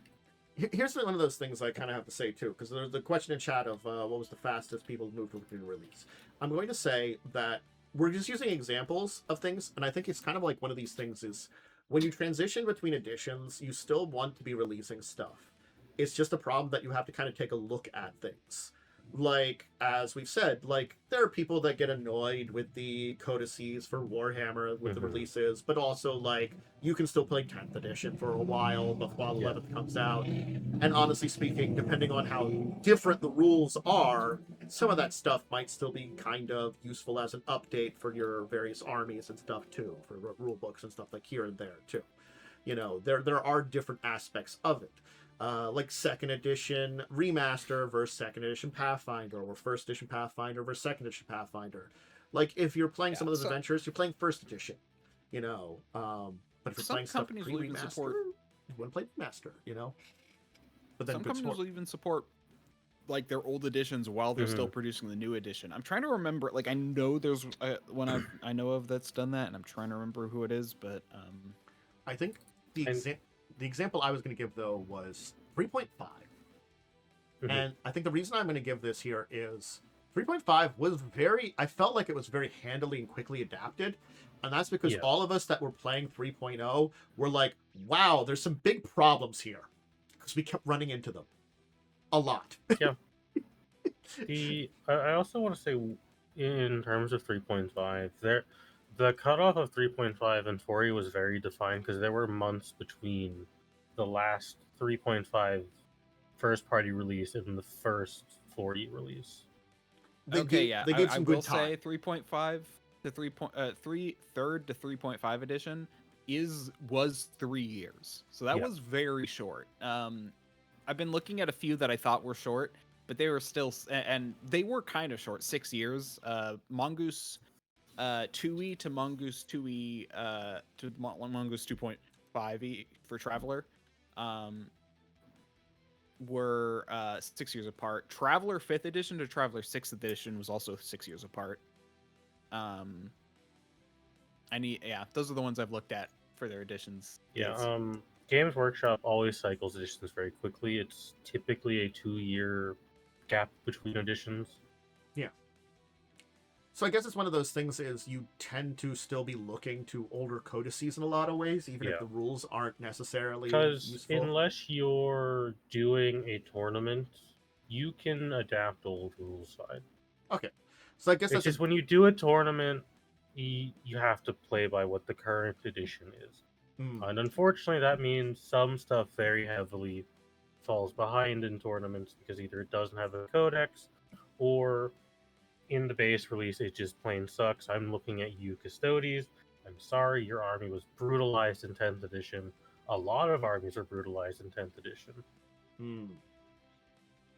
So it's one of those things. Necron sucked until they got their new codex stuff. Yeah. And that's this edition's done at this point, basically. Yes. So they might still release a few things here and there, which mixed bag on how helpful they are, but it's good to have them, I guess, at least at this point in time. Yeah. Better than nothing for some of those last bit armies. And I think that's an interesting place because again, it's what I talk about is certain times, depending on when you release adventures or certain material, it still is fine before an edition. It's just you have to question some of them are better than others. I feel like a big campaign, sure, it's fine most of the time. Those are a little bit better, but I do feel like the anthology series is a lot harder to expand after 2 months away, or it was something in between there. The anthology books are also typically not very good. Yeah. But then okay, so I think the thing I was going to say with 3.0, 3.5 though too is it's 3.0 was such a mess, and they were throwing a lot of products out there too. A lot of times there was a lot of they did a lot of those smaller not hardcover products originally, which was something that was more akin to what was going on in TSR ages. Because if you look at old AD&D and before releases, there was a lot of small paperback books, that they would do a lot of. They were trying to do the same thing. You would get everything in magazine format, essentially. Yeah, and it was kind of a mess for a bit there for those first 3 years. And there was a lot of just weirdly semi-broken things. I call it semi-broken because it's not necessarily broken, but it's on this kind of verge. Mechanically half-baked as well. There was a lot of that. This isn't just a TSR issue. This is a prevalent issue in everything that releases this way. Even Warhammer has this issue with White Dwarf. Yeah. So 3.0 was definitely a big adoption into that, and they had to have a quick transition over to it. But I think they were throwing out a lot of stuff, and with that, it's mostly. I also think most people wanted the 3.5 change. Yeah. Versus 3.5 and the 4, granted 4 had a lot more problems than just coming off the back of 3.5 with how much stuff people had bought. But I don't. The same thing that can't really be said for 5e. I don't think people wanted a 5.5e. Yeah. I think it's one of those things too. Is for at least for 3rd edition, I'm going to say you could use some of the stuff from 3.0. There was a bunch of interesting prestige classes that they didn't update right away. Some of them they did, some of them they never did, but most of them were still playable. Were they good or not? Mixed bag on that. It's with all prestige class archetypes, all those kind of things for a lot earlier editions. It was a roll the dice whether it was actually useful or not. None of them really felt broken, and most of the ones that were more akin to, in quotations, broken were eventually updated, so you replace them with new ones. So, you could still go back and play those old things, and most of them were fine. It's one of those also weird things is, with at least Pathfinder 1st Edition, you technically can still take some of those, 3.5, 3.0 prestige classes and play them in Pathfinder. Yeah, I don't recommend doing it, but you can. with the way Pathfinder works, they're not useful because Pathfinder is very much so. It's not that you couldn't multi-class, but a lot of the synergies for multi-classing exist either between the classes they have, or they want you to kind of capstone it because like the better abilities definitely are up there in that. It definitely also Pathfinder is essentially a 3.75 E. Yeah. Okay, probably. Okay, I've been digging through some RPGs to find good. one that had a really short update period. Mm. Battle Lords of the 23rd Century. Okay. What a name. Yeah. I've actually heard of that There one were- by name, but I forgot all about it because it's like one of those ones I've heard of once in some regard. Yeah, their first edition and second edition were literally released less than a year apart. I remember where I heard about it. It was a CCG I was talking about. That was based on that. Yeah. God damn it, Basically, I remember that. it doesn't say the exact date, but yeah, basically first edition was 1990, second edition 1990. So I need to. Wow, so- less than at very least most of those early ones where they had a very storm of releases, because some editions have had that. Usually it's between like, if you think about like very early D&D before it's like codified and written, there are like some very quick like write outs there, but like the first ones like have like effectively a hand printed napkin with some rules versus I have a book, effectively, even the edition change from what is technically first edition AD&D to AD&D 2E is it's almost 10 years. Mm-hmm. It's 81 versus 89. I think this entire discussion has been meant to be, we're focusing on these edition changes because those are the most places to do it. But it is that entire thing of when we get big rules changes, big edition changes between things, it is a thing that you do have to think about is, and I think it's you as the person don't have to think about this, but maybe you as the person have to think about how you're being treated because it's you want products that are coming out, because usually it's like with RPGs or miniatures games are probably the big places that this is a major problem about is what are they giving you before the edition? You have to ask yourself about that, is like what kind of products are this, and you have to then like look at, especially if they announce something or something suspected, is this book good for me coming up here too? And this is an issue that like it's mixed bag. As I said, I've Vecna coming out in May before 5.5. I think that was fine. Quest for the Infinite Staircase, I think should have come back out earlier in the year then too. It should not have come out 2 months ahead of 5.5. I think that was way too close for a big book there. What that's came a out lot. 2 months? Quest for Infinite Staircase, the anthology series, Oh yeah. where it's sort of like, yeah, you can argue like the last book of the Tyrant's Grasp Adventure Path came out right in front of second edition, but I'm also saying, hey, it's the last book on it. They came out like monthly. You were probably starting that like months ago. I have 6 books, so it wasn't. You had time to digest that. There's a lot of problems with Tyrant's Grasp, but that's a discussion of its own. Yeah. AKA the fact it should have been a novel, not an adventure path. I agree. Just the kind of looking at that, it definitely feels like it should have been. I do want to say, even like, okay, the battle lords of the 23rd century, like outside of that game, the shortest one I've been able to find is 2 years. Yeah. They at least have some time there. That still is stupid fast. Yeah. Sometimes you make a thing and you're like, oh, this sucks, we gotta fix it. I think that was the 3.0 where it's 3.5 again, like, because I feel like there was and then they released their 3rd edition a year later, their 4th edition a year after that, and their 5th edition, I think, several years later. It took them a bit. Yeah, so they had move some on trouble. because you're not owning a billion books. Yeah. Again, though, too, it's sort of like it's the double-edged sword, I think, of editions in a lot of ways, and books, though, too, because we all are investing in purchasing, gaining these books.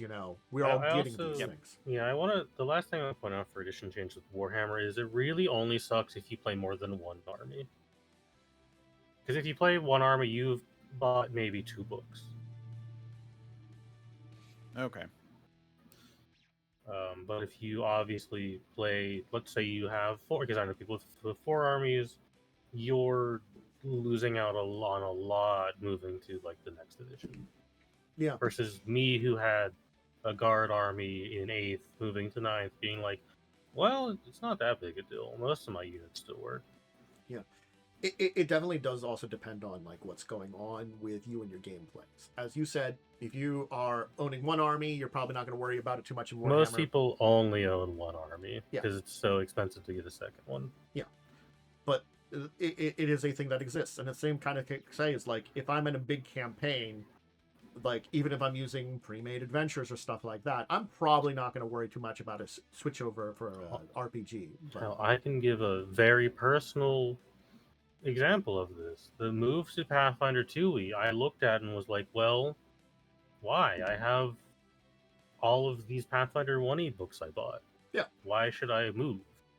And I can even like another example of miniatures game is Wasteland Warfare for Fallout. They are still putting out Fallout miniatures, but the fact is they're transitioning to a new rule set. Yes, but in this case, miniatures are probably still going to work just fine. It just might have little updates or stuff that are related to it that you might have to look up online or something like that. You know, if there was specific groups or things that would massively change, if they were releasing them with major rules now, you know, again, it's a timing thing too. It's all editions. You at least want to work with it a little bit before you update a lot of books, because books are expensive and stuff too. And you want to be able to play with your toys or stuff. Miniatures, books, they are expensive. You want to play with your toys. If we can talk about this in TCGs. It's the same reason it took them so goddamn long to ban Vivi in Magic the Gathering. Yeah, they didn't want to screw over people that were playing with it. Yeah. It's why standard bans kind of suck sometimes, especially now in the current new rules. It's the same feeling in all of these. They don't want you to ruin your toys. They've just put this thing out. They don't want it to go away. You know, realistically, most developers do know if you release books like consistently, like people probably will be like, well, why do I want to buy this one if there's going to be another one in a year? Exactly. Like, I mean, I did find another one that was very fast. GURPS. GURPS had its first and second edition released in 1986. Yeah, GURPS moved pretty fast. But that's the thing. After their second edition, it was 2 years before the third, and then after that, it was 8 years before the fourth. Again, this is like, it was an interesting concept that's been a very abstract discussion, but I think that's fine because it's the entire idea of this. I think idea of, I want to play with what I've got. Please time things out so I have a chance to breathe with it before you update rules or change editions or anything like that. And I think for our exploration here has seen that it's a mixed bag of who respects this kind of concept. Because again, like... Yeah, I think Paizo does it the best. And I think that's why...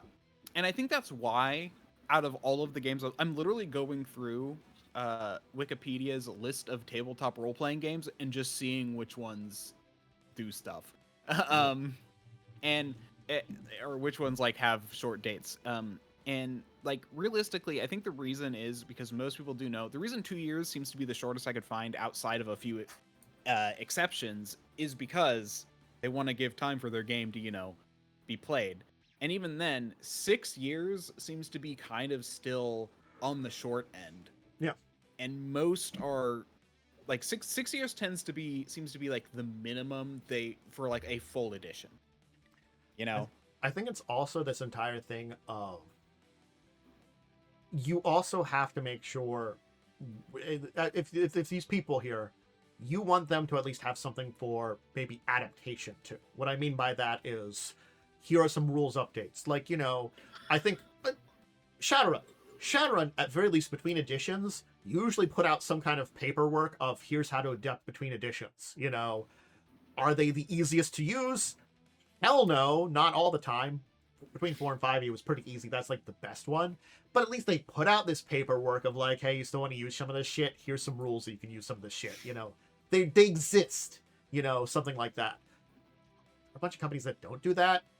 You know, and I think that's a helpful thing that I'm like. It's like it makes me feel better sometimes about these things too. It's like I could still buy a book, play with it for a couple of months, and because you put out these rules, I could still kind of use portions of it in the future, you know, until you put out an update 4 years in the future. Yeah, and that's the thing. Like nowadays, most updates tend not to even be that big. Like, you know, for example, like Mongoose, like second edition, released in 2016, and then they had their 2022 update, basically Mongoose 2.5, which literally changed almost nothing. It was just some rules fixing, which I think they could have done a little bit better. Honestly, Mongoose is like, I swear they need to hire more editors. They have so many like mistakes in their books. Not like so many, but it's like if you read through them, you'll notice at least like 3 per book, which isn't a lot, but most books have 0. Yeah. There's enough of them mistakes, basically, is what's going on here, too. Oh, my favorite part was where one section was obviously copy and pasted from another book because it had, like, they used the same language, but then, like, literally, like, one of the terms was from another book. Anyway. Yay, problems. Yeah. So it's just a whole thing where it's like, yeah, the big reason updates don't happen a ton, like that's why new like releases, changes and releases are much more common than like, you know, like Pathfinder adding new classes, you know. Those are a good example, you know, pretty major releases, you know. Yeah, and even they're 2E remastered, which, you know, it is still 2E, you know, like they did change some things, but like 9 times out of 10 it's either a name change or a you know, a small update. Like I know they condense, like I remember one thing, like they used to make it so like every condition like had its own like almost every condition had its own spell, but instead they condensed it to like 3 spells to like cure conditions. Yeah. So you didn't have to prepare like a bajillion spells. You know, like stuff like that, you know. Yeah. So they did a good job of kind of fixing some things around in good ways that you know, we can kind of like say like are very good to have.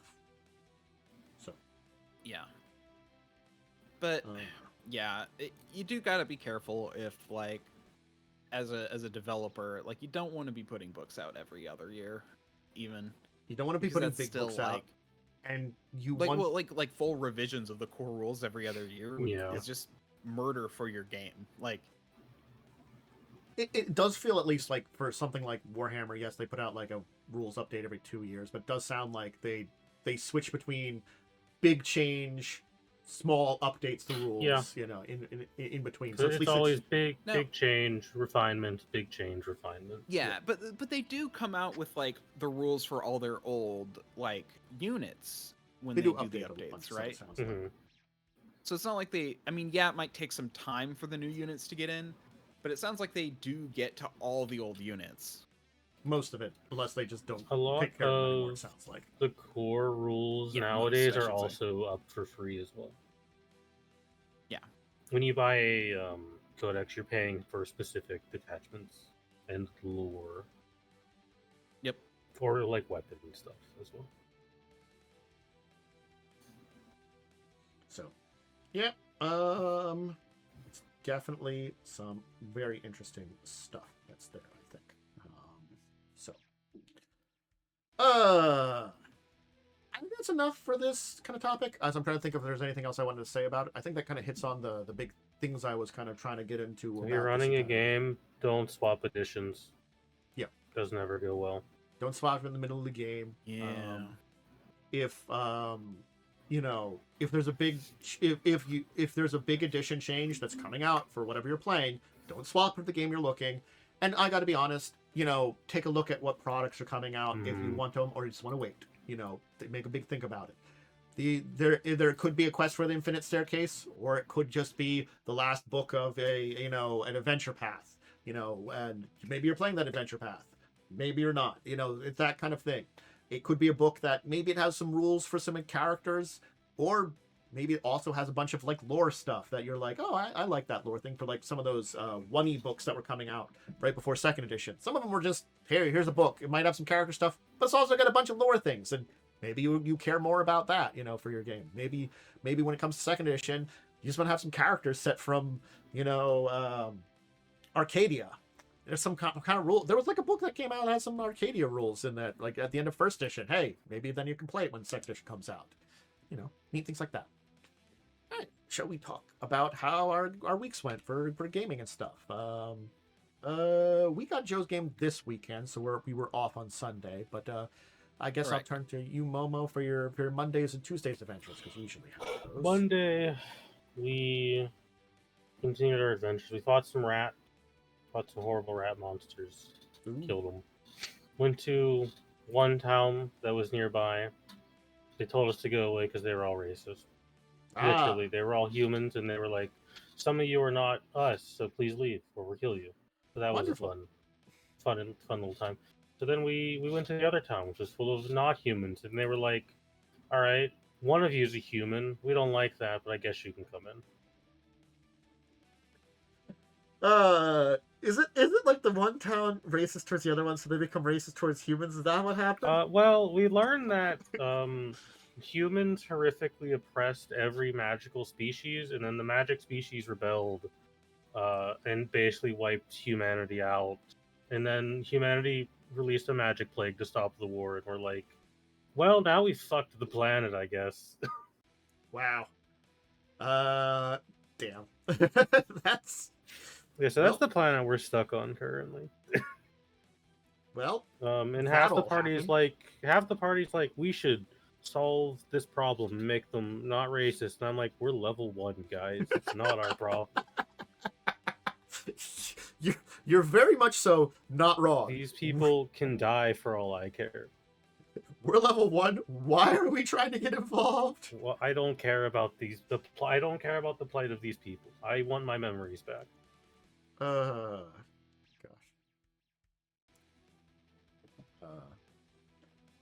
So that was Monday. How'd Tuesday go? That was Monday. Tuesday, we continued pathfindered all over the place. We encountered really weird encounter of, we found a mind-controlled person, dispelled her, and then she told us, hey, there's some hags doing weird stuff in the other room. You should go stop that. They're so distracted by the weird stuff they're doing that they have a -20 to their perception. That's pretty low. So we all had invisibility potions. Okay. So it ended up, well, we all just snuck behind the ones we wanted to kill, and then we killed them in a very quick combat. Huh. I guess we're in active civil war now, because I guess the way the metagame is supposed to work, we do a mission, and then we take control of the district, and then we go do another mission to take control of another district. And then we fought some cultists who wear skin masks. And Lightning got really mad because they all have evasion and they're clerics. They're clerics with evasion, which sucks. That makes sense. They're clerics with evasion? Wait, they are rogue clerics. They have evasion. Why? I don't know, because Paizo loves putting rogue classes on everything. That's so annoying. I fucking hate evasion. I mean, it's how you keep things alive, I guess. It's kind of required. But It does make it not great when you're a druid, and most druid spells are big AoEs that are reflex saves. Yeah.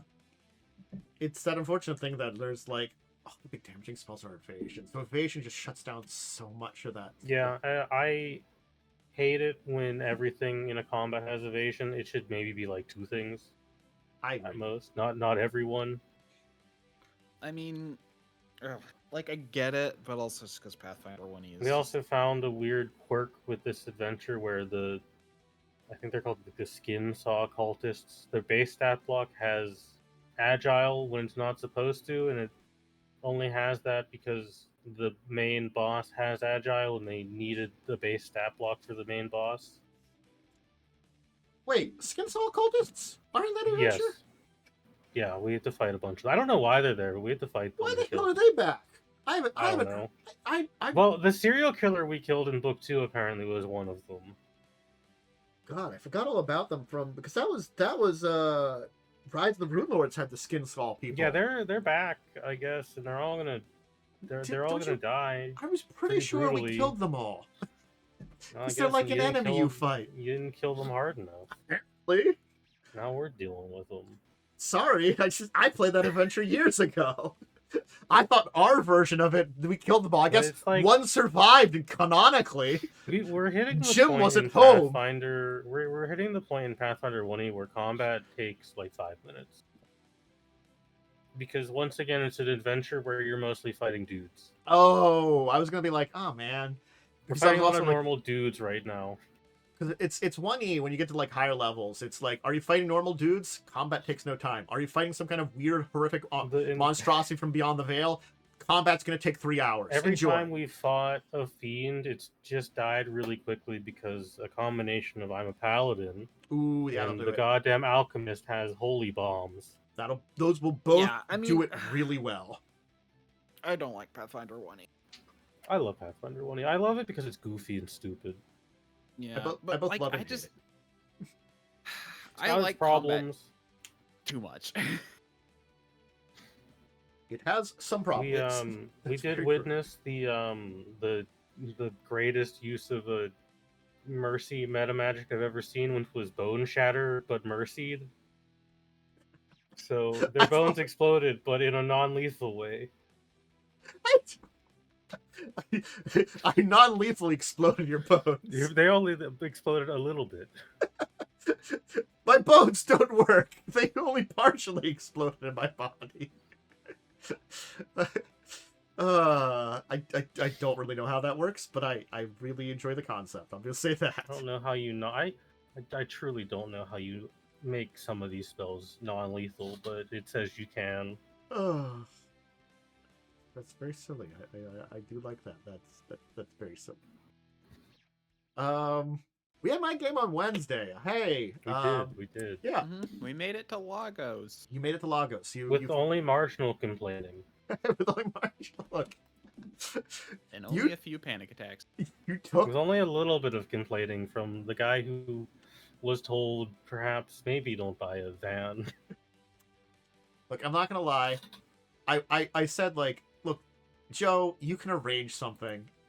He wanted it so quickly too. I'm just like, order it for a couple of days. He was so desperate to get that van right away, and I'm like, you probably aren't gonna need it for like the first part of the adventure, most of it, because you're doing legwork. You know, Yeah. you probably could have had it come in the easy, cheaper way by boat and been fine. You're like, the adventure will be done by then. I'm like, she's paying you for the minimum of 5 days. It doesn't mean you won't be 5 days. It means after that time, you will be paid more. It Sorry, might take guys, more the than that. adventure turned out to be only 2 sessions. I know. Really wrapped it up. Yeah. Yeah, I mean, He was very desperate for the it's van. interesting. Like I get it. Then he complained about the price. It's like, dude, I have money. I can help. Like, don't you know? It's like, I wanted to say to him, like I was get like, that he wants his stuff. He just wants his take the toys. I goddamn get it. boat because you're probably not going to have opportunities to use his toys as much. The I micro thought drones are the the ones you're going to session- use. I thought the session was very fun. Yeah. Very, very goofy. It's what I look for in a Shadowrun session of a good mix of skill checking and then RPs. And ideally no combat. You shouldn't be doing combat in Shadowrun. Yes. Unless you thoroughly have planned out your combat. Combat's when something goes wrong. Or it's when it's gone wrong or you've thoroughly planned something out, and then at that point, you just skip the combat. I'm gonna be honest. Ideally, most combats should go. I shoot them once and we Yes. move on. Yes. That's literally how I built If my you've character. Plan things correctly, you should not need to roll a combat. Again, things could go wrong plenty of times. but Yeah, absolutely. But Oh, I liked the rickety plane. Like, It was fun. I'm not gonna lie, I may have hammed up the rickety plane more than what they said in the book about it, just because I mean, really, there's It's planes that totally old. fine. There's planes that old that still fly. I know. It's No, just the entire thing like warmed my heart about the entire rickety plane guy. I just loved him. It's just certain things that they give me to work with. They're just a little bit. There's like a couple of sentences, Like and I can just work. expanding on They're so some easy to work with. silliness I is love fine. it. It's that thing of like, I think that's why like I do like some of these adventures, because they're not like, it's the thing I kind of sometimes complain about like Pathfinder adventures, is there's just this middle ground. There's just maybe like a little too much information that you don't know how to use it all. Yes, it's interesting for you as the GM to set up stuff, but you're like, how do I use this for my goddamn players? Sometimes. Well, this like is just when- like here's a couple of. Path- Well, go ahead. It's like in Pathfinder where you're exploring a dungeon and there's a section dedicated to the GM of here's why this is like this. No, there's not a way for the players to learn this. Well, this one, it's just like a couple of sentences setting up some things, like maybe a paragraph or two, and it's just like, go ham on it. It's just Enjoy. the minimum enough that you can work with it. I feel think like you could have maybe had like a skill check or two in there, but largely I thought it was fun. I think it was good character building for people. It let me show off the fact that I, from my mentor spirit, have an added power that puts me in total control of all of my body language. Thus, I never look like I'm freaking out. there was a couple of things Yeah. I thought about doing, but like it was also that entire thing of I did want to get you to Lagos. Like I did think about having because I honestly added the extra stop because he was a smuggler and you were getting on a smuggler's thing, so I was like, hey, he's got an extra stop along the way. I added that entire thing. I was actually thinking of expanding out like the people there a little bit more, but I'm like, no, the extra stop's enough. We can kind of have this entire thing of like a little bit of like you're dealing with a smuggler, getting into the jungle and stuff like that. I kind of also like leaving it a mystery because that means if you Oh, want to yeah, like- include something about it later, it could be Yeah. fun. Weird warlord Yeah. shit went on over there. Yeah, maybe some of those like rebel warlords like out in the middle between actual countries, because again like it's not gonna lie, most of Africa is currently stable in the sixth I mean, world. there's still warlords. There's still warlords out there, but it's also like there are large places in Asia that are like that. South America kind of has some problems, and Europe's, well, Southeastern Europe's Depends on even the worse than it country, is now. But I'm sorry. There's like that is kind of the fun flip of. Because Shadowrun does the thing I really like, where it takes the developing nations and puts them at the forefront because they weathered a little bit better than the developed nations. This is also something Halo does with their world building as well, and I really like it. no. Yeah, like Africa is like one of the more advanced places, if I recall correctly, in Halo. It's In Halo, Africa is like the biggest economic zone.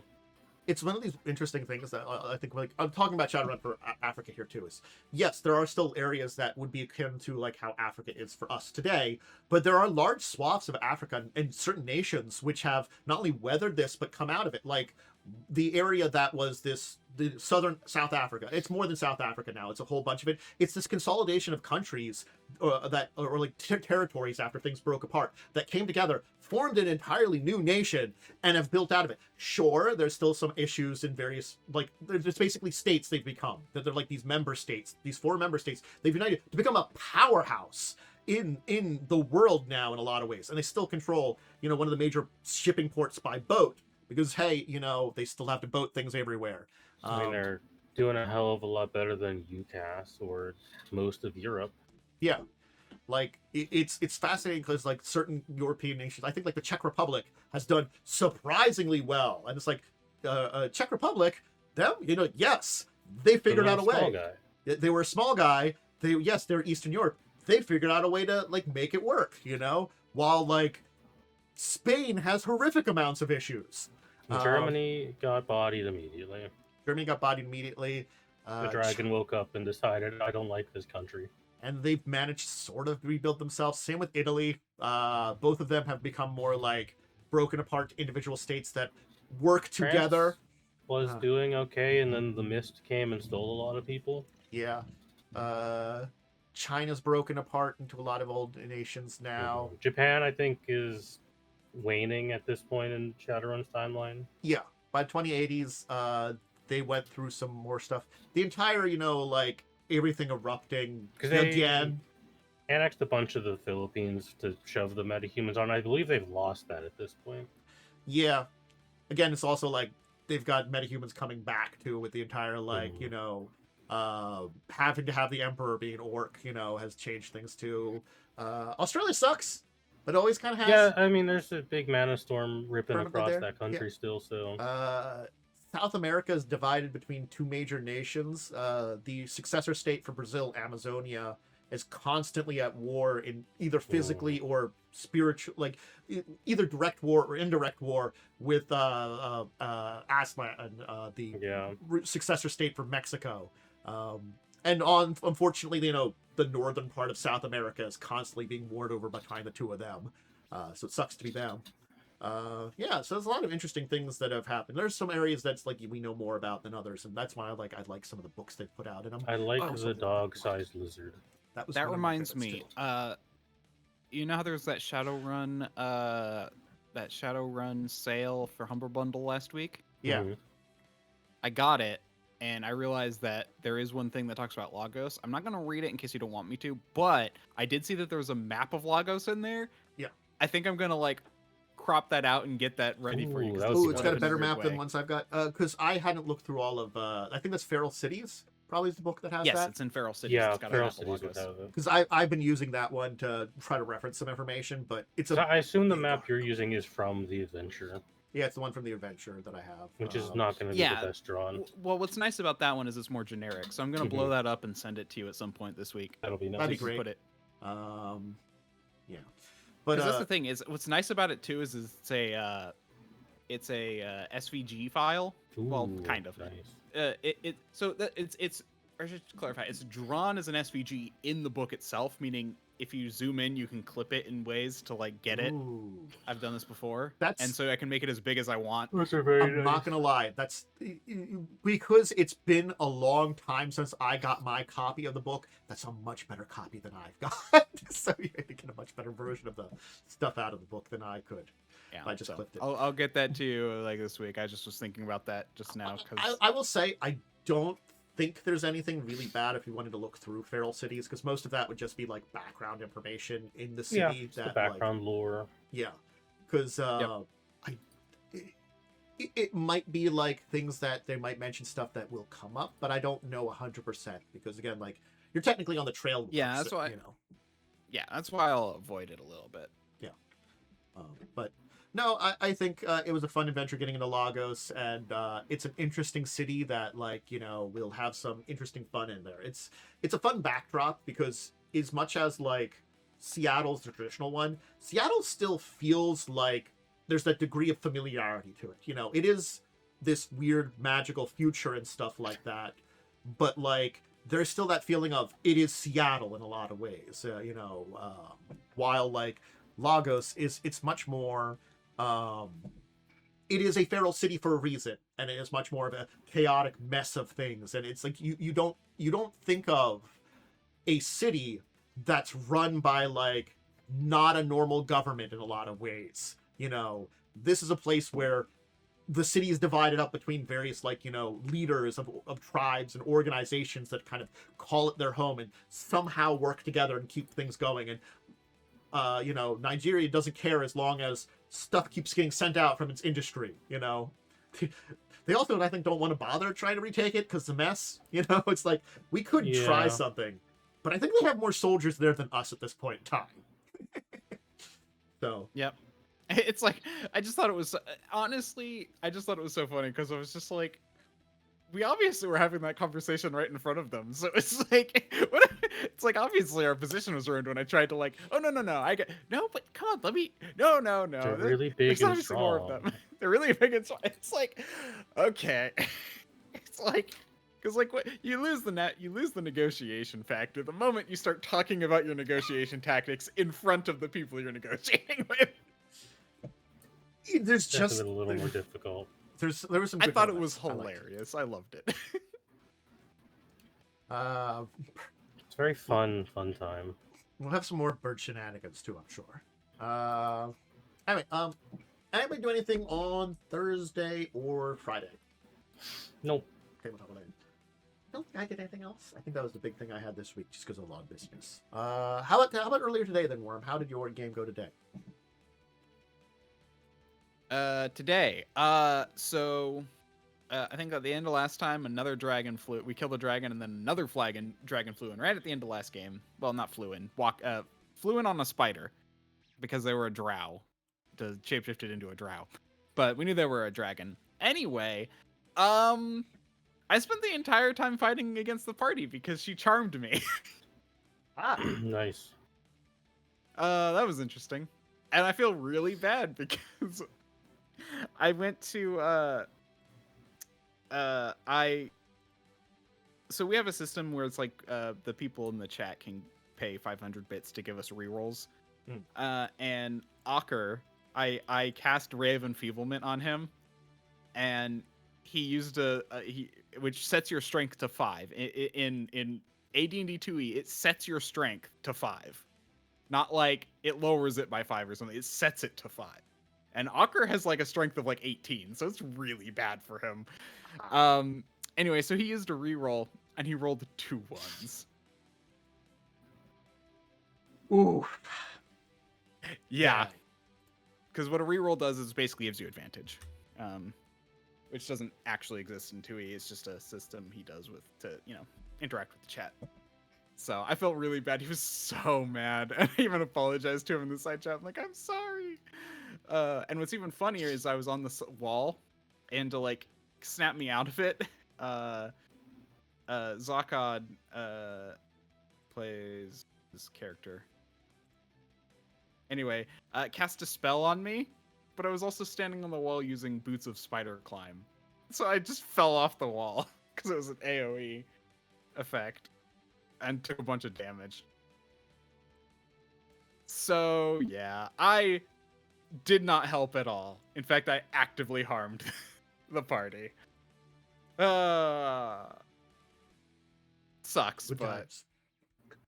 I was charmed. Yeah, things like that do happen, and you get into that situation.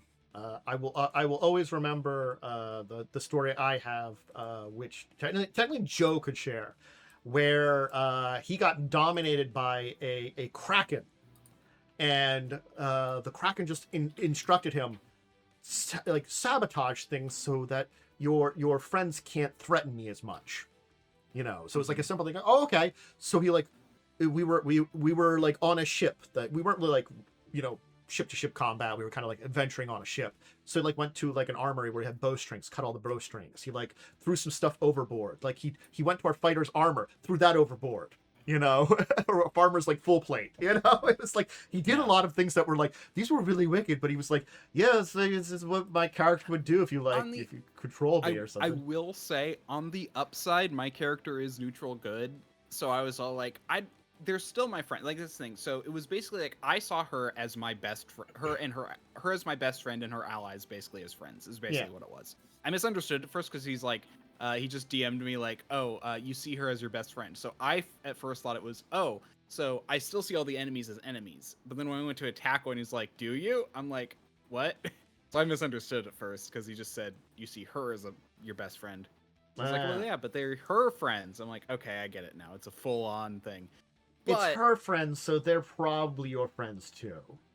Yeah, so I misunderstood that. So, that let them know that I was charmed because he had to call me out like that. I was but that was my misunderstanding. That wasn't that was just a misunderstanding. That wasn't bad. He was fine with it, and the other party played it fine. Yeah. But yeah, so I was trying to be kind of neutral about, or I was trying to be non-lethal because my character, is neutral good, and also it's not that I didn't see my friends as friends. If anything, after he clarified that, they were also kind of friends, the enemies were also kind of friends. I'm like, okay, cool. So I see it more as my friends have turned on another friend. And so I thought, what would my character think of that? Well, something might be going on. He's going to try and disable them rather than kill them, That's why I did Ray of Enfeeblement and stuff. Guys, leave my bestie alone. What are you doing to them? They're my bestie. You are my bestie too. You guys got to get along. Yep. So it was.